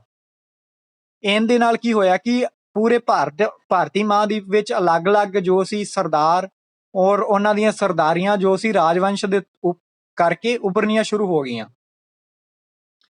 ਜੋ ਵੀ ਵਧੇਰੇ ਸ਼ਕਤੀਸ਼ਾਲੀ ਹੁੰਦਾ ਸੀ ਔਰ ਦੌਲਤ ਪ੍ਰਾਪਤ ਕਰਨ ਵਾਲੇ ਸੀ ਜਗੀਰਦਾਰ, ਉਹਨਾਂ ਨੇ ਕੀ ਕੀਤਾ, ਖੁਦ ਨੂੰ ਮਹਾਸਾਮੰਤ ਔਰ ਮਹਾਮੰਡਲੇਸ਼ਵਰ ਘੋਸ਼ਿਤ ਕਰਨਾ ਸ਼ੁਰੂ ਕਰਤਾ। ਇਹ ਦੋ ਨਾਮ ਯਾਦ ਰੱਖ ਲਿਓ ਕਿ ਜੋ ਵੀ ਵਧੇਰੇ ਬਲਵਾਨ ਹੋ ਜਾਂਦੇ ਸੀ ਜਾਂ ਜਿਨ੍ਹਾਂ ਕੋਲ ਜ਼ਿਆਦਾ ਦੌਲਤ ਹੁੰਦੀ ਸੀ, ਜਗੀਰਦਾਰਾਂ ਨੇ ਉਹਨਾਂ ਨੇ ਕੀ ਕੀਤਾ, ਖੁਦ ਨੂੰ ਮਹਾਸੰਮਤ ਔਰ ਮਹਾਮੰਡਲੇਸ਼ਵਰ ਘੋਸ਼ਿਤ ਕਰਨਾ ਸ਼ੁਰੂ ਕਰਤਾ। ਇਹ ਬੇਸਿਕਲੀ ਸਾਮੰਤ ਹੀ ਸੀ। ਠੀਕ ਹੈ, ਔਰ ਇਹਨਾਂ ਨੇ ਇਹ ਉਪਾਧੀਆਂ ਧਾਰਨ ਕਰਨੀਆਂ ਜੋ ਸ਼ੁਰੂ ਕਰਤੀਆਂ ਸੀ, ਮਹਾਮੰਡਲੇਸ਼ਵਰ ਔਰ ਮਹਾਸੰਮਤ ਦੀ। ਦੱਖਣ ਦੇ ਵਿੱਚ ਕੀ ਹੋਇਆ, ਰਾਸ਼ਟਰਕੂਟਾਂ ਨੇ 8ਵੀਂ ਸਦੀ ਦੇ ਵਿੱਚ ਜੋ ਚਾਲੁਕਾਂ ਦੇ ਅਧੀਨ ਸੀ, ਉਹਨਾਂ ਨੇ ਆਪਣਾ ਰਾਜ ਸਥਾਪਿਤ ਕਰਨ ਲਈ ਚਾਲੁਕਾਂ ਦਾ ਵਿਰੋਧ ਕੀਤਾ। 8ਵੀਂ ਸਦੀ ਦੇ ਵਿੱਚ ਰਾਸ਼ਟਰਕੂਟ ਮੁਖੀ ਦੰਤੀ ਦੁਰਗ ਨੇ ਚਾਲੁਕਾਂ ਨੂੰ ਹਰਾਤਾ ਤੇ ਰਾਸ਼ਟਰਕੂਟ ਖਾਨਦਾਨ ਦੀ ਸਥਾਪਨਾ ਕਰਤੀ। ਬੇਸਿਕਲੀ ਜੋ ਦੰਤੀ ਦੁਰਗ ਸੀ ਉਹ ਰਾਸ਼ਟਰਕੂਟਾਂ ਦਾ ਮੁਖੀ ਸੀ, ਔਰ ਇਹ ਜੋ ਰਾਸ਼ਟਰਕੂਟ ਸੀ ਉਹ ਚਾਲੁਕਾਂ ਦੇ ਅਧੀਨ ਸੀ। ਠੀਕ ਹੈ, ਇਹਨਾਂ ਨੇ ਕੀ ਕੀਤਾ, ਇਹ ਵਧੇਰੇ ਸ਼ਕਤੀਸ਼ਾਲੀ ਹੋ ਗਏ ਔਰ ਚਾਲੁਕਾਂ ਨੂੰ ਖਤਮ ਕਰਤਾ ਔਰ ਖੁਦ ਗੱਦੀ ਤੇ ਬੈਠ ਗਏ। ਦੱਖਣ ਦੇ ਵਿੱਚ ਮਤਲਬ ਸਾਊਥ ਦੇ ਵਿੱਚ, ਸਾਊਥ ਇੰਡੀਆ ਦੇ ਵਿੱਚ ਹੋਇਆ ਇਹ। ਫਿਰ ਹੋਇਆ ਇੱਕ ਹਿਰਨਿਆ ਗਰਭ ਅਨੁਸ਼ਠਾਨ ਹੈ, ਜਿਸ ਨੂੰ ਸੁਨਹਿਰੀ ਕੁੱਖ ਕਿਹਾ ਜਾਂਦਾ ਹੈ। ਇਹਦੇ ਤੇ ਕੁਐਸਚਨ ਆ ਜਾਂਦਾ ਹੈ ਕਿ ਹਿਰਨਿਆ ਗਰਭ ਅਨੁਸ਼ਠਾਨ ਕਿਸ ਲਈ ਹੈ, ਜਾਂ ਸੁਨਹਿਰੀ ਕੁੱਖ ਜੋ ਅਨੁਸ਼ਠਾਨ ਹੈ ਉਹ ਕਿਸ ਲਈ ਹੁੰਦਾ ਸੀ। ਇਹ ਰਸਮ ਜੋ ਹੈ ਬੇਸਿਕਲੀ ਬ੍ਰਾਹਮਣਾਂ ਦੁਆਰਾ ਕੀਤੀ ਜਾਂਦੀ ਸੀ। ਇਹ ਇਸ ਲਈ ਕੀਤੀ ਜਾਂਦੀ ਸੀ ਕਿ ਕੋਈ ਵੀ ਜੋ ਰਾਜਾ ਬਣਦਾ ਸੀ ਉਹ ਚਾਹੇ ਖੱਤਰੀ ਵੰਸ਼ ਤੋਂ ਨਹੀਂ ਹੁੰਦਾ ਸੀ, ਉਸ ਨੂੰ ਕਸ਼ੱਤਰੀ ਮਤਲਬ ਖੱਤਰੀ ਬਣਨ ਲਈ ਬ੍ਰਾਹਮਣ ਇਹ ਜੋ ਸੀ ਅਨੁਸ਼ਠਾਨ ਕਰਦੇ ਸੀ। ਮਤਲਬ ਉਸ ਨੂੰ ਖੱਤਰੀ ਜੋ ਹੈ ਉਹ ਵੰਸ਼ ਬਣਾ ਦਿੱਤਾ ਜਾਂਦਾ ਸੀ। ਬੇਸਿਕਲੀ ਚਾਹੇ ਉਹ ਹੁੰਦਾ ਬ੍ਰਾਹਮਣ ਦਾ ਸੀ ਚਾਹੇ ਵੈਸ਼ ਹੋਏ, ਸ਼ੂਦਰ ਨੂੰ ਤਾਂ ਬੇਸਿਕਲੀ ਕੋਈ ਵੀ ਰਾਜਾ ਜੋ ਹੈ ਸ਼ੂਦਰ ਦੇਖਿਆ ਨਹੀਂ ਗਿਆ। ਅਗਰ ਉਹ ਬ੍ਰਾਹਮਣ ਹੋਏ ਜਾਂ ਵੈਸ਼ ਹੋਏ, ਉਹ ਇਹ ਅਨੁਸ਼ਠਾਨ ਕਰਕੇ ਖੱਤਰੀ ਜੋ ਸੀ ਉਸ ਵਰਨ ਦੇ ਵਿੱਚ ਸ਼ਾਮਲ ਹੋ ਜਾਂਦੇ ਸੀ। ਹਾਂਜੀ ਭੁੱਲਰ, ਹਾਂਜੀ ਭੁੱਲਰ, ਕੀ ਹੈਲੋ ਹੈਲੋ ਕਰ ਰਹੇ ਹੋ? ਕੋਈ ਡਾਊਟ ਹੈ? ਡਾਊਟ ਹੈ ਤਾਂ ਮੈਸੇਜ ਕਰ ਦਿਓ, ਮੈਂ ਰੀਡ ਕਰ ਲਾਂਗਾ। ਇਸ ਤੋਂ ਬਾਅਦ ਕਦੰਬਾ, ਮਯੂਰ, ਸ਼ਮਨ ਅਤੇ ਜੋ ਗੁਜਰਾ ਪ੍ਰਤਿਹਾਰ ਹਰੀਸ਼ਚੰਦਰ ਜੋ ਸੀ ਬ੍ਰਾਹਮਣ ਸੀ, ਉਹਨਾਂ ਨੇ ਵੀ ਹਿਰਨਿਆ ਗਰਭ ਜੋ ਅਨੁਸ਼ਠਾਨ ਕੀਤਾ ਔਰ ਉਹ ਖੱਤਰੀ ਬਣ ਗਏ। ਠੀਕ ਹੈ, ਜਿਨ੍ਹਾਂ ਨੇ ਆਪਣੇ ਰਵਾਇਤੀ ਪੇਸ਼ੇ ਨੂੰ ਛੱਡ ਕੇ ਜੋ ਹੈ ਹਥਿਆਰਾਂ ਨੂੰ ਚੱਕ ਲਿਆ ਤੇ ਸਫਲਤਾਪੂਰਵਕ ਕੀਤਾ ਕਰਨਾਟਕ ਅਤੇ ਰਾਜਸਥਾਨ ਦੇ ਵਿੱਚ ਆਪਣੇ ਰਾਜਸਥਾਨ ਦੀ ਰਾਜ ਦੀ ਸਥਾਪਨਾ ਕੀਤੀ। ਹਾਂਜੀ, ਜੋ ਵੀ ਐਗਜ਼ਾਮ ਪੰਜਾਬ ਦੇ ਦੇ ਰਹੇ ਹੋ, ਅਗਰ ਜੀਕੇ ਦਾ ਉਹ ਪਾਰਟ ਹੈ ਤਾਂ ਉਹਦੇ ਵਿੱਚ ਆਏਗਾ। ਬੇਸਿਕਲੀ ਜੋ ਗੁੱਜਰ ਸੀ, ਗੁੱਜਰ ਪ੍ਰਤਿਹਾਰ ਸੀ, ਉਹਨਾਂ ਨੇ ਕੀ ਕੀਤਾ, ਰਾਜਸਥਾਨ ਦੇ ਵਿੱਚ ਆਪਣਾ ਸ਼ਾਸਨ ਕੀਤਾ। ਠੀਕ ਹੈ, ਇੱਕ ਵਾਰੀ ਟੌਪਿਕ ਜੋ ਚੱਲ ਰਿਹਾ ਉਹਦੇ ਤੇ ਹੀ ਡਿਸਕਸ ਕਰਨ ਦਿਓ, ਫਿਰ ਮੈਂ ਡਾਊਟ ਲੈਂਦਾ। ਰਾਜ ਤੇ ਪ੍ਰਸ਼ਾਸਨ ਕਿਵੇਂ ਸੀ? ਨਵੇਂ ਰਾਜਾ ਮਹਾਰਾਜਾ ਅਧਿਰਾਜ ਬਣ ਗਏ। ਨਵੇਂ ਰਾਜਾ ਨੇ ਕੀ ਕੀਤਾ ਕਿ ਆਪਣੇ ਆਪ ਨੂੰ ਮਹਾਰਾਜਾ ਅਧਿਰਾਜ ਦੀ ਉਪਾਧੀ ਦੇਣੀ ਸ਼ੁਰੂ ਕਰਤੀ। ਮਹਾਰਾਜਾ ਅਧਿਰਾਜ ਦਾ ਮਤਲਬ ਹੈ ਰਾਜਿਆਂ ਦਾ ਰਾਜਾ। ਇਸ ਤੋਂ ਇਲਾਵਾ ਉਹਨਾਂ ਨੇ ਤ੍ਰਿਭੁਵਨ ਚੱਕਰਵਰਤੀ ਉਸ ਦੀ ਉਪਾਧੀ ਲੈਣੀ ਸ਼ੁਰੂ ਕਰਤੀ। ਇਸ ਦਾ ਮਤਲਬ ਹੈ ਤਿੰਨੇ ਭਵਨਾਂ ਦਾ ਸੁਆਮੀ। ਠੀਕ ਹੈ, ਇਸ ਤੋਂ ਇਲਾਵਾ ਹੋਰ ਵੀ ਸਮਾਨਜਨਕ ਉਪਾਧੀਆਂ ਦੇ ਮਾਲਕ ਬਣੇ। ਇਹ ਯਾਦ ਰੱਖ ਲਿਓ, ਮਹਾਰਾਜਾ ਅਧਿਰਾਜ ਦਾ ਮਤਲਬ ਕੀ ਹੁੰਦਾ ਹੈ, ਉਹ ਹੈ ਰਾਜਿਆਂ ਦਾ ਸੁਆਮੀ, ਮਤਲਬ ਰਾਜਿਆਂ ਦਾ ਰਾਜਾ। ਔਰ ਤ੍ਰਿਭੁਵਨ ਚੱਕਰਵਰਤੀ ਕੀ ਹੁੰਦਾ ਹੈ, ਤਿੰਨੇ ਭੁਵਨਾਂ ਦਾ ਸੁਆਮੀ। ਠੀਕ ਹੈ, ਇਸ ਤੋਂ ਇਲਾਵਾ ਜਾਗੀਰਦਾਰ, ਕਿਸਾਨ, ਵਪਾਰੀ ਅਤੇ ਬ੍ਰਾਹਮਣ ਨੇ ਵੀ ਕੀ ਕੀਤਾ, ਸੰਗਠਨ ਦੀ ਸੱਤਾ ਵਿੱਚ ਸਾਂਝ ਪ੍ਰਾਪਤ ਕੀਤੀ। ਮਤਲਬ ਇਹ ਨਹੀਂ ਸੀ ਕਿ ਸਿਰਫ ਰਾਜਾ ਹੀ ਸੱਤਾ ਦਾ ਕੇਂਦਰ ਸੀ। ਇਸ ਤੋਂ ਇਲਾਵਾ ਜੋ ਜਾਗੀਰਦਾਰ ਸੀ, ਜਿਨ੍ਹਾਂ ਨੂੰ ਸਾਮੰਤ ਕਿਹਾ ਜਾਂਦਾ ਸੀ, ਇਸ ਤੋਂ ਇਲਾਵਾ ਕਿਸਾਨ ਸੀ ਜੋ ਕਰ ਦਿੰਦੇ ਸੀ, ਔਰ ਵਪਾਰੀ ਵੀ ਕਰ ਦਿੰਦੇ ਸੀ। ਨਾਲ ਨਾਲ ਬ੍ਰਾਹਮਣ ਜੋ ਉੱਭਰ ਰਹੇ ਸੀ, ਉਹਨਾਂ ਨੇ ਵੀ ਕੀ ਕੀਤਾ, ਜੋ ਸੱਤਾ ਸੀ ਉਹਦੇ ਵਿੱਚ ਸਾਂਝ ਸਥਾਪਿਤ ਕੀਤੀ। ਤਾਮਿਲਨਾਡੂ ਦੇ ਵਿੱਚ ਚੋਲ ਰਾਜਵੰਸ਼ ਦੇ ਸ਼ਿਲਾਲੇਖ ਤੋਂ ਆਪਾਂ ਨੂੰ 400 ਤੋਂ ਵੱਧ ਟੈਕਸ ਬਾਰੇ ਆਪਾਂ ਨੂੰ ਜਾਣਕਾਰੀ ਮਿਲਦੀ ਹੈ। ਚੋਲ ਰਾਜਵੰਸ਼ ਦੇ ਵਿੱਚ ਕੀ ਹੋਇਆ ਕਿ 400 ਤੋਂ ਵੱਧ ਟੈਕਸ ਲੱਗਦੇ ਸੀ, ਜਿਨ੍ਹਾਂ ਵਿੱਚੋਂ ਦੋ ਪ੍ਰਮੁੱਖ ਆ, ਇਹ ਯਾਦ ਰੱਖ ਲਿਓ। ਫਰਸਟ ਹੈ ਬੈਟੀ ਦਾ ਮਤਲਬ ਹੈ ਜ਼ਬਰਦਸਤੀ ਕਰ ਲੈਣਾ ਕਿਸੇ ਤੋਂ। ਦੂਸਰਾ ਹੈ ਕਦਮਈ ਜੋ ਸੀ ਭੂਮੀ ਕਰ ਸੀ, ਮਤਲਬ ਫਸਲ ਉੱਪਰ ਲੱਗਣ ਵਾਲਾ ਕਰ। ਠੀਕ ਹੈ, ਤਾਮਿਲਨਾਡੂ ਦੇ ਵਿੱਚ ਜੋ ਚੋਲ ਰਾਜਵੰਸ਼ ਸੀ, ਉਹਨਾਂ ਨੇ 400 ਤੋਂ ਵੱਧ ਆਪਣੀ ਜਨਤਾ ਉੱਪਰ ਟੈਕਸ ਲਗਾਏ ਹੋਏ ਸੀ। ਫਰਸਟ ਹੈ ਬੈਟੀ ਨੂੰ ਕਿਹਾ ਜਾਂਦਾ ਹੈ ਜ਼ਬਰਦਸਤੀ ਕਰ, ਔਰ ਦੂਸਰਾ ਹੈ ਕਦਮਈ ਜੋ ਸੀ ਭੂਮੀ ਕਰ ਸੀ। ਬ੍ਰਾਹਮਣਾਂ ਦੁਆਰਾ ਕੀ ਹੋਇਆ, ਰਾਜਿਆਂ ਦੀ ਪ੍ਰਸ਼ੰਸਾ ਦੇ ਵਿੱਚ ਪ੍ਰਸ਼ਸਤੀਆਂ ਲਿਖੀਆਂ ਗਈਆਂ। ਆਪਾਂ ਦੇਖਦੇ ਹਾਂ ਨਾ ਕਿ ਸਮੁੰਦਰ ਗੁਪਤ ਦੀ ਪ੍ਰਸ਼ੰਸਾ ਦੇ ਵਿੱਚ ਹਰੀ ਸੇਨ ਨੇ ਪ੍ਰਸ਼ਸਤੀ ਲਿਖੀ ਸੀ ਇਲਾਹਾਬਾਦ ਸਤੰਭ ਦੇ ਉੱਪਰ। ਉਵੇਂ ਹੀ ਇਹ ਪ੍ਰਸ਼ਸਤੀਆਂ ਜੋ ਸੀ ਹੁਣ ਵੀ ਚੱਲ ਰਹੀਆਂ ਸੀ। ਫਿਰ ਇਸ ਤੋਂ ਬਾਅਦ ਗਵਾਲੀਅਰ ਦੇ ਮੱਧ ਪ੍ਰਦੇਸ਼ ਵਿੱਚ ਪ੍ਰਤਿਹਾਰ ਰਾਜਾ ਨਾਗ ਭੱਟ ਦੀ ਸੰਸਕ੍ਰਿਤੀ ਵਿੱਚ ਪ੍ਰਸ਼ੰਸਾ ਮਿਲਦੀ ਹੈ, ਜਿਸ ਨੂੰ ਪ੍ਰਸ਼ਸਤੀ ਕਿਹਾ ਜਾਂਦਾ ਹੈ। ਠੀਕ ਹੈ। ਇਸ ਤੋਂ ਇਲਾਵਾ ਰਾਜੇ ਅਕਸਰ ਬ੍ਰਾਹਮਣਾਂ ਨੂੰ ਜ਼ਮੀਨ ਗ੍ਰਾਂਟ ਵਜੋਂ ਇਨਾਮ ਦਿੰਦੇ ਸੀ। ਰਾਜੇ ਕੀ ਕਰਦੇ ਸੀ ਕਿ ਬ੍ਰਾਹਮਣਾਂ ਨੂੰ ਜ਼ਮੀਨ ਦੇ ਦਿੰਦੇ ਸੀ ਇਨਾਮ ਵਜੋਂ, ਉਹਨਾਂ ਉੱਪਰ ਕੋਈ ਵੀ ਕਰ ਨਹੀਂ ਲਿਆ ਜਾਂਦਾ ਸੀ, ਔਰ ਇਹ ਜੋ ਜ਼ਮੀਨ ਬ੍ਰਾਹਮਣਾਂ ਨੂੰ ਦਿੱਤੀ ਜਾਂਦੀ ਸੀ ਉਸ ਦਾ ਉਲੇਖ ਤਾਂਬੇ ਦੀਆਂ ਚਾਦਰਾਂ ਉੱਪਰ ਕੀਤਾ ਜਾਂਦਾ ਸੀ। 12ਵੀਂ ਸਦੀ ਦੇ ਵਿੱਚ ਕੀ ਹੋਇਆ ਕਿ ਸੰਸਕ੍ਰਿਤੀ ਜੋ ਇੱਕ ਕਵਿਤਾ ਰਾਜ ਤਰੰਗਣੀ ਸੀ ਜੋ ਕਲਹਨ ਦੁਆਰਾ ਲਿਖੀ ਗਈ ਸੀ, ਉਸ ਦੇ ਵਿੱਚ ਕੀ ਹੋਇਆ ਕਿ ਕਸ਼ਮੀਰ ਦੇ ਰਾਜ ਕਰਨ ਵਾਲੇ ਜੋ ਰਾਜਿਆਂ ਦਾ ਇਤਿਹਾਸ ਹੈ ਉਸ ਦੇ ਵਿੱਚ ਮਿਲਦਾ ਹੈ। ਰਾਜ ਤਰੰਗਣੀ ਇੱਕ ਬੁੱਕ ਹੈ, ਕਲਹਨ ਦੁਆਰਾ ਲਿਖੀ ਗਈ ਹੈ। ਇਸ ਦੇ ਵਿੱਚ ਕੀ ਹੈ ਕਿ ਕਸ਼ਮੀਰ ਦੇ ਉੱਪਰ ਜੋ ਵੀ ਰਾਜੇ ਰਾਜ ਕਰਦੇ ਸੀ ਉਹਨਾਂ ਦੇ ਇਤਿਹਾਸ ਬਾਰੇ ਆਪਾਂ ਨੂੰ ਜ਼ਿਕਰ ਮਿਲਦਾ ਹੈ। ਇਸ ਤੋਂ ਇਲਾਵਾ ਪੈਸੇ ਲਈ ਯੁੱਧ ਹੁੰਦੇ ਸੀ। ਇੱਕ ਤਿਕੋਣੀ ਸੰਘਰਸ਼ ਹੈ, ਉਹ ਕਾਫੀ ਇੰਪੋਰਟੈਂਟ ਹੈ, ਇਹਦੇ ਉੱਪਰ ਕੁਐਸਚਨ ਆਉਂਦਾ ਹੈ। ਤਿਕੋਣੀ ਸੰਘਰਸ਼ ਜੋ ਬੇਸਿਕਲੀ ਸੀ ਕਨੌਜ ਉੱਪਰ ਨਿਯੰਤਰਣ ਕਰਨ ਲਈ ਗੁੱਜਰ ਪ੍ਰਤਿਹਾਰਾਂ, ਰਾਸ਼ਟਰਕੂਟਾਂ ਅਤੇ ਪਾਲਾਂ ਵਿਚਕਾਰ ਜੋ ਲੜਾਈ ਹੋਈ। ਇਹ ਰਾਜਵੰਸ਼ ਯਾਦ ਰੱਖ ਲਿਓ ਕਿਹਨਾਂ ਵਿਚਕਾਰ ਤਿਕੋਣੀ ਸੰਘਰਸ਼ ਹੋਇਆ ਔਰ ਕਿਸ ਨੂੰ ਲੈ ਕੇ ਹੋਇਆ। ਕਨੌਜ ਨੂੰ ਲੈ ਕੇ ਹੋਇਆ। ਔਰ ਜੋ ਤਿਕੋਣੀ ਸੰਘਰਸ਼ ਸੀ ਉਹਦੇ ਵਿੱਚ ਪਹਿਲਾ ਸੀ ਪ੍ਰਤਿਹਾਰ, ਦੂਸਰਾ ਸੀ ਰਾਸ਼ਟਰਕੂਟ, ਤੀਸਰਾ ਸੀ ਪਾਲ। ਪਾਲ ਜੋ ਸੀ ਬੰਗਾਲ ਵਿੱਚ ਰਹਿਣ ਵਾਲੇ ਸੀ, ਗੁੱਜਰ ਪ੍ਰਤਿਹਾਰ ਜੋ ਸੀ ਉਹ ਰਾਜਸਥਾਨ ਦੇ ਵਿੱਚ ਸੀ, ਔਰ ਰਾਸ਼ਟਰਕੂਟ ਜੋ ਸੀ ਉਹ ਦੱਖਣ ਭਾਰਤ ਦੇ ਵਿੱਚ ਸ਼ਾਸਨ ਕਰ ਰਹੇ ਸੀ।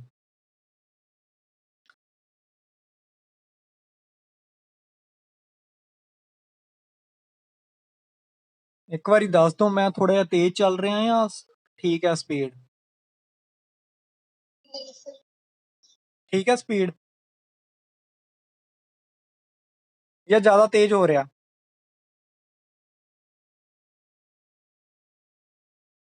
ਹੈਲੋ। ਠੀਕ ਹੈ ਸਰ। Okay okay.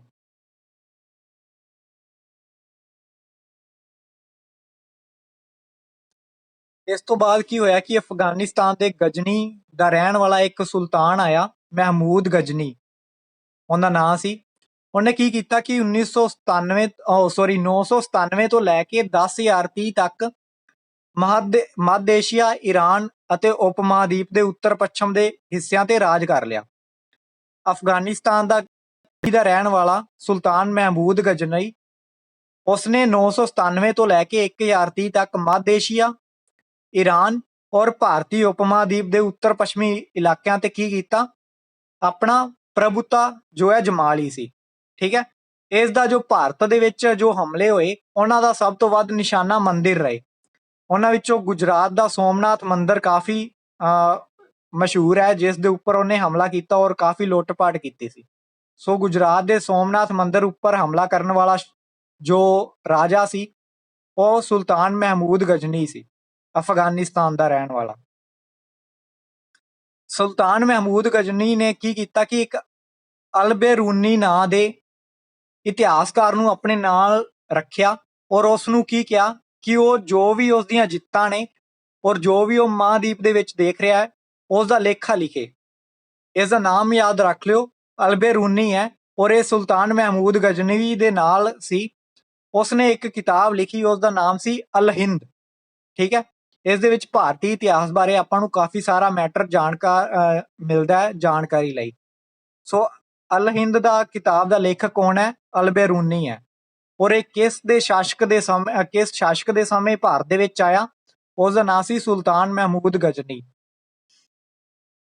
ਇਸ ਤੋਂ ਬਾਅਦ ਚੌਹਾਨ, ਜਿਨ੍ਹਾਂ ਨੂੰ ਚਾਹਮਾਨ ਵੰਸ਼ ਕਿਹਾ ਗਿਆ। ਚਾਹਮਾਨ ਜੋ ਸੀ ਉਹ ਚੌਹਾਨ ਵਜੋਂ ਬਾਅਦ ਵਿੱਚ ਜਾਣੇ ਗਏ। ਇਹਨਾਂ ਨੇ ਕਿੱਥੇ ਸ਼ਾਸਨ ਕੀਤਾ? ਦਿੱਲੀ ਅਤੇ ਅਜਮੇਰ ਦੇ ਜੋ ਇਲਾਕੇ ਸੀ ਉਸ ਦੇ ਆਸ-ਪਾਸ ਜੋ ਏਰੀਆ ਸੀ ਉੱਥੇ ਇਹਨਾਂ ਨੇ ਆਪਣਾ ਰਾਜ ਸਥਾਪਿਤ ਕੀਤਾ ਸੀ। ਇਹਨਾਂ ਨੂੰ ਚਾਹਮਾਨ ਵੀ ਕਿਹਾ ਜਾਂਦਾ ਔਰ ਚੌਹਾਨ ਵੀ ਕਿਹਾ ਜਾਂਦਾ। ਚੌਹਾਨਾਂ ਨੇ ਕੀ ਕੀਤਾ? ਪੱਛਮ ਅਤੇ ਪੂਰਬ ਵੱਲ ਵਿਸਤਾਰ ਕਰਨ ਲਈ ਗੁਜਰਾਤ ਦੇ ਚਾਲਕੂ ਜੋ ਸੀ ਗੁਜਰਾਤ ਦੇ ਰਹਿਣ ਵਾਲੇ ਸੀ ਔਰ ਪੱਛਮੀ ਉੱਤਰ ਪ੍ਰਦੇਸ਼ ਦੇ ਗਹੜਵਾਲਾਂ ਨਾਲ ਕੀ ਕੀਤਾ? ਯੁੱਧ ਕੀਤਾ ਤਾਂ ਕਿ ਉਹਨਾਂ ਦਾ ਆਪਣੇ ਰਾਜ ਦਾ ਵਿਸਤਾਰ ਹੋ ਸਕੇ। ਪੱਛਮ ਦੇ ਜੋ ਸੀ ਉਹ ਗੁਜਰਾਤ ਦੇ ਵਿੱਚ ਚਾਲਕੂ ਸੀ, ਪੂਰਬ ਦੇ ਵਿੱਚ ਕੀ ਸੀ? ਗਾਹੜਵਾਲ ਸੀ। ਉਹਨਾਂ ਨਾਲ ਯੁੱਧ ਕੀਤੇ। ਚਾਹਮਾਨਾਂ ਦੇ ਵਿੱਚ ਸਭ ਤੋਂ ਜੋ ਮਸ਼ਹੂਰ ਸ਼ਾਸਕ ਸੀ ਉਸ ਦਾ ਨਾਂ ਸੀ ਪ੍ਰਿਥਵੀ ਰਾਜ ਤੀਜਾ। ਸਭ ਤੋਂ ਮਸ਼ਹੂਰ ਸ਼ਾਸਕ ਹੈ। ਇਹਦੇ ਉੱਪਰ ਕਾਫੀ ਸਾਰੇ ਕੁਐਸਚਨ ਆਉਂਦੇ ਆ ਐਗਜ਼ਾਮ ਦੇ ਵਿੱਚ। ਚਾਹਮਾਨਾ ਜਿਨ੍ਹਾਂ ਨੂੰ ਚੌਹਾਨ ਕਿਹਾ ਜਾਂਦਾ, ਉਹਨਾਂ ਦਾ ਸਭ ਤੋਂ ਮਸ਼ਹੂਰ ਸ਼ਾਸਕ ਪ੍ਰਿਥਵੀ ਰਾਜ ਤੀਜਾ ਸੀ, ਜਿਸ ਨੇ 1168 ਤੋਂ ਲੈ ਕੇ 1192 ਤੱਕ ਸ਼ਾਸਨ ਕੀਤਾ। ਔਰ ਇਸ ਨੇ 2 ਲੜਾਈਆਂ ਲੜੀਆਂ ਸੁਲਤਾਨ ਮੁਹੰਮਦ ਗੌਰੀ ਨਾਲ। ਪਹਿਲੀ ਲੜਾਈ 1191 ਦੇ ਵਿੱਚ, ਔਰ ਉਸ ਵਿੱਚ ਇਸ ਨੇ ਕੀ ਕੀਤਾ, ਮੁਹੰਮਦ ਗੌਰੀ ਨੂੰ ਹਰਾਤਾ। ਦੂਸਰੀ ਲੜਾਈ ਫਿਰ ਇਹਦੇ ਨਾਲ ਹੋਈ 1192 ਦੇ ਵਿੱਚ, ਔਰ ਇਸ ਵਿੱਚ ਕੀ ਹੋਇਆ ਕਿ ਪ੍ਰਿਥਵੀ ਰਾਜ ਤੀਜਾ ਜੋ ਸੀ ਉਹ ਹਾਰ ਗਿਆ, ਕਿਉਂਕਿ ਇੱਕ ਰਾਜਾ ਜੈ ਚੰਦ ਸੀ, ਉਸਨੇ ਇਸ ਨੂੰ ਧੋਖਾ ਦਿੱਤਾ ਪ੍ਰਿਥਵੀ ਰਾਜ ਤੀਜੇ ਨੂੰ, ਜਿਸ ਕਰਕੇ ਇਹ ਹਾਰ ਗਿਆ। ਔਰ ਇਹ ਯੁੱਧ ਜੋ ਹੈ ਤਰਾਇਨ ਦੇ ਯੁੱਧ ਨਾਮ ਨਾਲ ਮਸ਼ਹੂਰ ਹੈ। ਤਰਾਇਨ ਦਾ ਯੁੱਧ ਜੋ ਹੈ 1192 ਔਰ 1191 ਦੇ ਵਿੱਚ ਲੜਿਆ ਗਿਆ। ਕਿਹਨਾਂ ਦੇ ਵਿਚਕਾਰ ਲੜਿਆ ਗਿਆ? ਪ੍ਰਿਥਵੀ ਰਾਜ ਤੀਜੇ ਔਰ ਮੁਹੰਮਦ ਗੌਰੀ ਦੇ ਵਿੱਚ। ਇਸ ਤੋਂ ਬਾਅਦ ਚੋਲ ਰਾਜਵੰਸ਼ ਸ਼ੁਰੂ ਹੁੰਦਾ ਹੈ। ਚੋਲ ਰਾਜਵੰਸ਼ ਆਪਣਾ ਪੂਰਾ ਹੋ ਨਹੀਂ ਪਾਏਗਾ ਕਿਉਂਕਿ 9 ਮਿੰਟ ਰਹਿ ਗਿਆ ਸਿਰਫ। ਹਾਂਜੀ, ਪ੍ਰਿਥਵੀ ਰਾਜ ਚੌਹਾਨ, ਕਿਉਂਕਿ ਇਹ ਚੌਹਾਨ ਵੰਸ਼ ਦਾ ਰਾਜਾ ਹੈ ਨਾ। ਤੀਜਾ ਇਸ ਲਈ ਹੈ ਕਿਉਂਕਿ ਇਸ ਤੋਂ ਪਹਿਲਾਂ ਪ੍ਰਿਥਵੀ ਰਾਜ ਪਹਿਲਾ ਔਰ ਪ੍ਰਿਥਵੀ ਰਾਜ ਦੂਜਾ, ਉਹਨਾਂ ਨੇ ਵੀ ਚੌਹਾਨ ਜੋ ਹੈ ਰਾਜਵੰਸ਼ ਉੱਪਰ ਰਾਜ ਕੀਤਾ, ਲੇਕਿਨ ਜੋ ਮਸ਼ਹੂਰ ਸ਼ਾਸਕ ਸੀ ਉਹ ਪ੍ਰਿਥਵੀ ਰਾਜ ਤੀਜਾ ਸੀ, ਜਿਸ ਨੇ 1168 ਤੋਂ ਲੈ ਕੇ 1192 ਤੱਕ ਸ਼ਾਸਨ ਕੀਤਾ ਸੀ। ਸੋ ਇੰਨੇ ਤੱਕ ਕਿਸੇ ਦਾ ਕੋਈ ਡਾਊਟ ਹੈ ਤਾਂ ਉਹ ਪੁੱਛ ਲੇ, ਕਿਉਂਕਿ 8 ਮਿੰਟ ਦੇ ਵਿੱਚ ਜੋ ਹੈ ਚੋਲ ਰਾਜਵੰਸ਼ ਪੂਰਾ ਕੰਪਲੀਟ ਨਹੀਂ ਹੋਏਗਾ। हैंड रेज कर लियो। हाँ जी प्रभदीप को। हाँ जी रिंपी। Okay okay. ਤਿਕੋਣੀ ਸੰਘਰਸ਼ ਜੋ ਸੀ ਉਹ ਗੁੱਜਰ ਪ੍ਰਤੀਹਾਰਾਂ, ਰਾਸ਼ਟਰਕੂਟਾਂ ਔਰ ਪਾਲਾਂ ਦੇ ਵਿੱਚ ਹੋਇਆ ਸੀ, ਔਰ ਇਹ ਕਨੌਜ ਦੇ ਲਈ ਲੜਿਆ ਜਾ ਰਿਹਾ ਸੀ, ਕਿਉਂਕਿ ਉਦੋਂ ਕਨੌਜ ਜੋ ਸੀ ਉਹ ਹਰਸ਼ਵਰਧਨ ਦੇ ਕਾਲ ਦੇ ਵਿੱਚ ਕਾਫੀ ਮਹੱਤਵਪੂਰਨ ਸੀ, ਔਰ ਇਹ ਕਾਫੀ ਉਪਜਾਊ ਖੇਤਰ ਸੀ। ਇੱਥੇ ਜੋ ਫਸਲ ਦੀ ਪੈਦਾਵਾਰ ਸੀ ਉਹ ਕਾਫੀ ਵਧੀਆ ਢੰਗ ਨਾਲ ਹੋ ਰਹੀ ਸੀ। ਇਸ ਲਈ ਸਾਰੇ ਜੋ ਰਾਜਾ ਸੀ ਆਸ-ਪਾਸ ਦੇ ਖੇਤਰ ਵਾਲੇ ਜੋ ਰਾਜ ਕਰ ਰਹੇ ਸੀ, ਉਹ ਚਾਹੁੰਦੇ ਸੀ ਕਿ ਸਾਡਾ ਕਨੌਜ ਦੇ ਉੱਪਰ ਜੋ ਹੈ ਨਿਯੰਤਰਣ ਹੋ ਜਾਏ। ਔਰ ਅਗਰ ਕਨੌਜ ਉੱਪਰ ਇਹਨਾਂ ਤਿੰਨਾਂ ਵਿੱਚੋਂ ਵੀ ਕਿਸੇ ਦਾ ਨਿਯੰਤਰਣ ਹੁੰਦਾ ਤਾਂ ਉਹ ਕੀ ਕਰਦਾ ਕਿ ਪੂਰੇ ਉੱਤਰ ਭਾਰਤ ਦੇ ਵਿੱਚ ਰਾਜ ਸਥਾਪਿਤ ਕਰ ਸਕਦਾ ਸੀ, ਕਿਉਂਕਿ ਕਨੌਜ ਜੋ ਸੀ ਉਹ ਗੰਗਾ ਨਦੀ ਦੇ ਤੱਟ ਦੇ ਨੇੜੇ ਤੇੜੇ ਵਸਿਆ ਹੋਇਆ ਸੀ, ਗੰਗਾ ਯਮੁਨਾ ਤੱਟ ਦੇ। ਇਸ ਲਈ ਕਨੌਜ ਇਸੇ ਕਰਕੇ ਸਾਮਰਿਕ ਰੂਪ ਦੇ ਵਿੱਚ ਮਹੱਤਵਪੂਰਨ ਸੀ। ਇਸ ਲਈ ਸਾਰੇ ਜੋ ਚਾਹੁੰਦੇ ਸੀ ਕਨੌਜ ਦੇ ਉੱਪਰ ਸਰ ਤੁਹਾਡਾ YouTube ਚੈਨਲ ਕਿਹੜਾ ਹੈ? YouTube ਚੈਨਲ ਦਾ ਮੈਂ ਲਿੰਕ ਸ਼ੇਅਰ ਕਰਦਾ ਹੁਣੇ, 1 ਮਿੰਟ, ਬਸ 1-2 ਡਾਊਟ ਲੈ ਲਈਏ ਤਮੰਨਾ, ਫਿਰ ਮੈਂ ਸ਼ੇਅਰ ਕਰਦਾ ਲਿੰਕ। ਹਾਂਜੀ, ਕਿਸੇ ਹੋਰ ਦਾ ਕੋਈ ਡਾਊਟ? ਕਰਮਜੀਤ।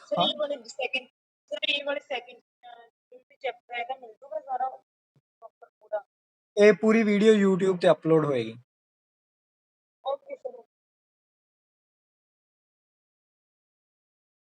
ਹਾਂਜੀ, ਕਿਸੇ ਹੋਰ ਦਾ ਕੋਈ ਡਾਊਟ ਹੈ?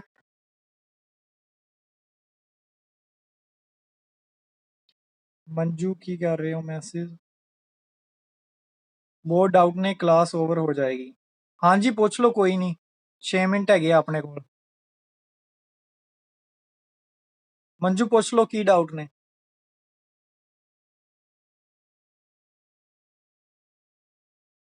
ਇੱਕ ਵਾਰੀ ਫਿਰ ਮੈਂ ਵੀਡੀਓ ਰੋਕਣ ਲੱਗਿਆ।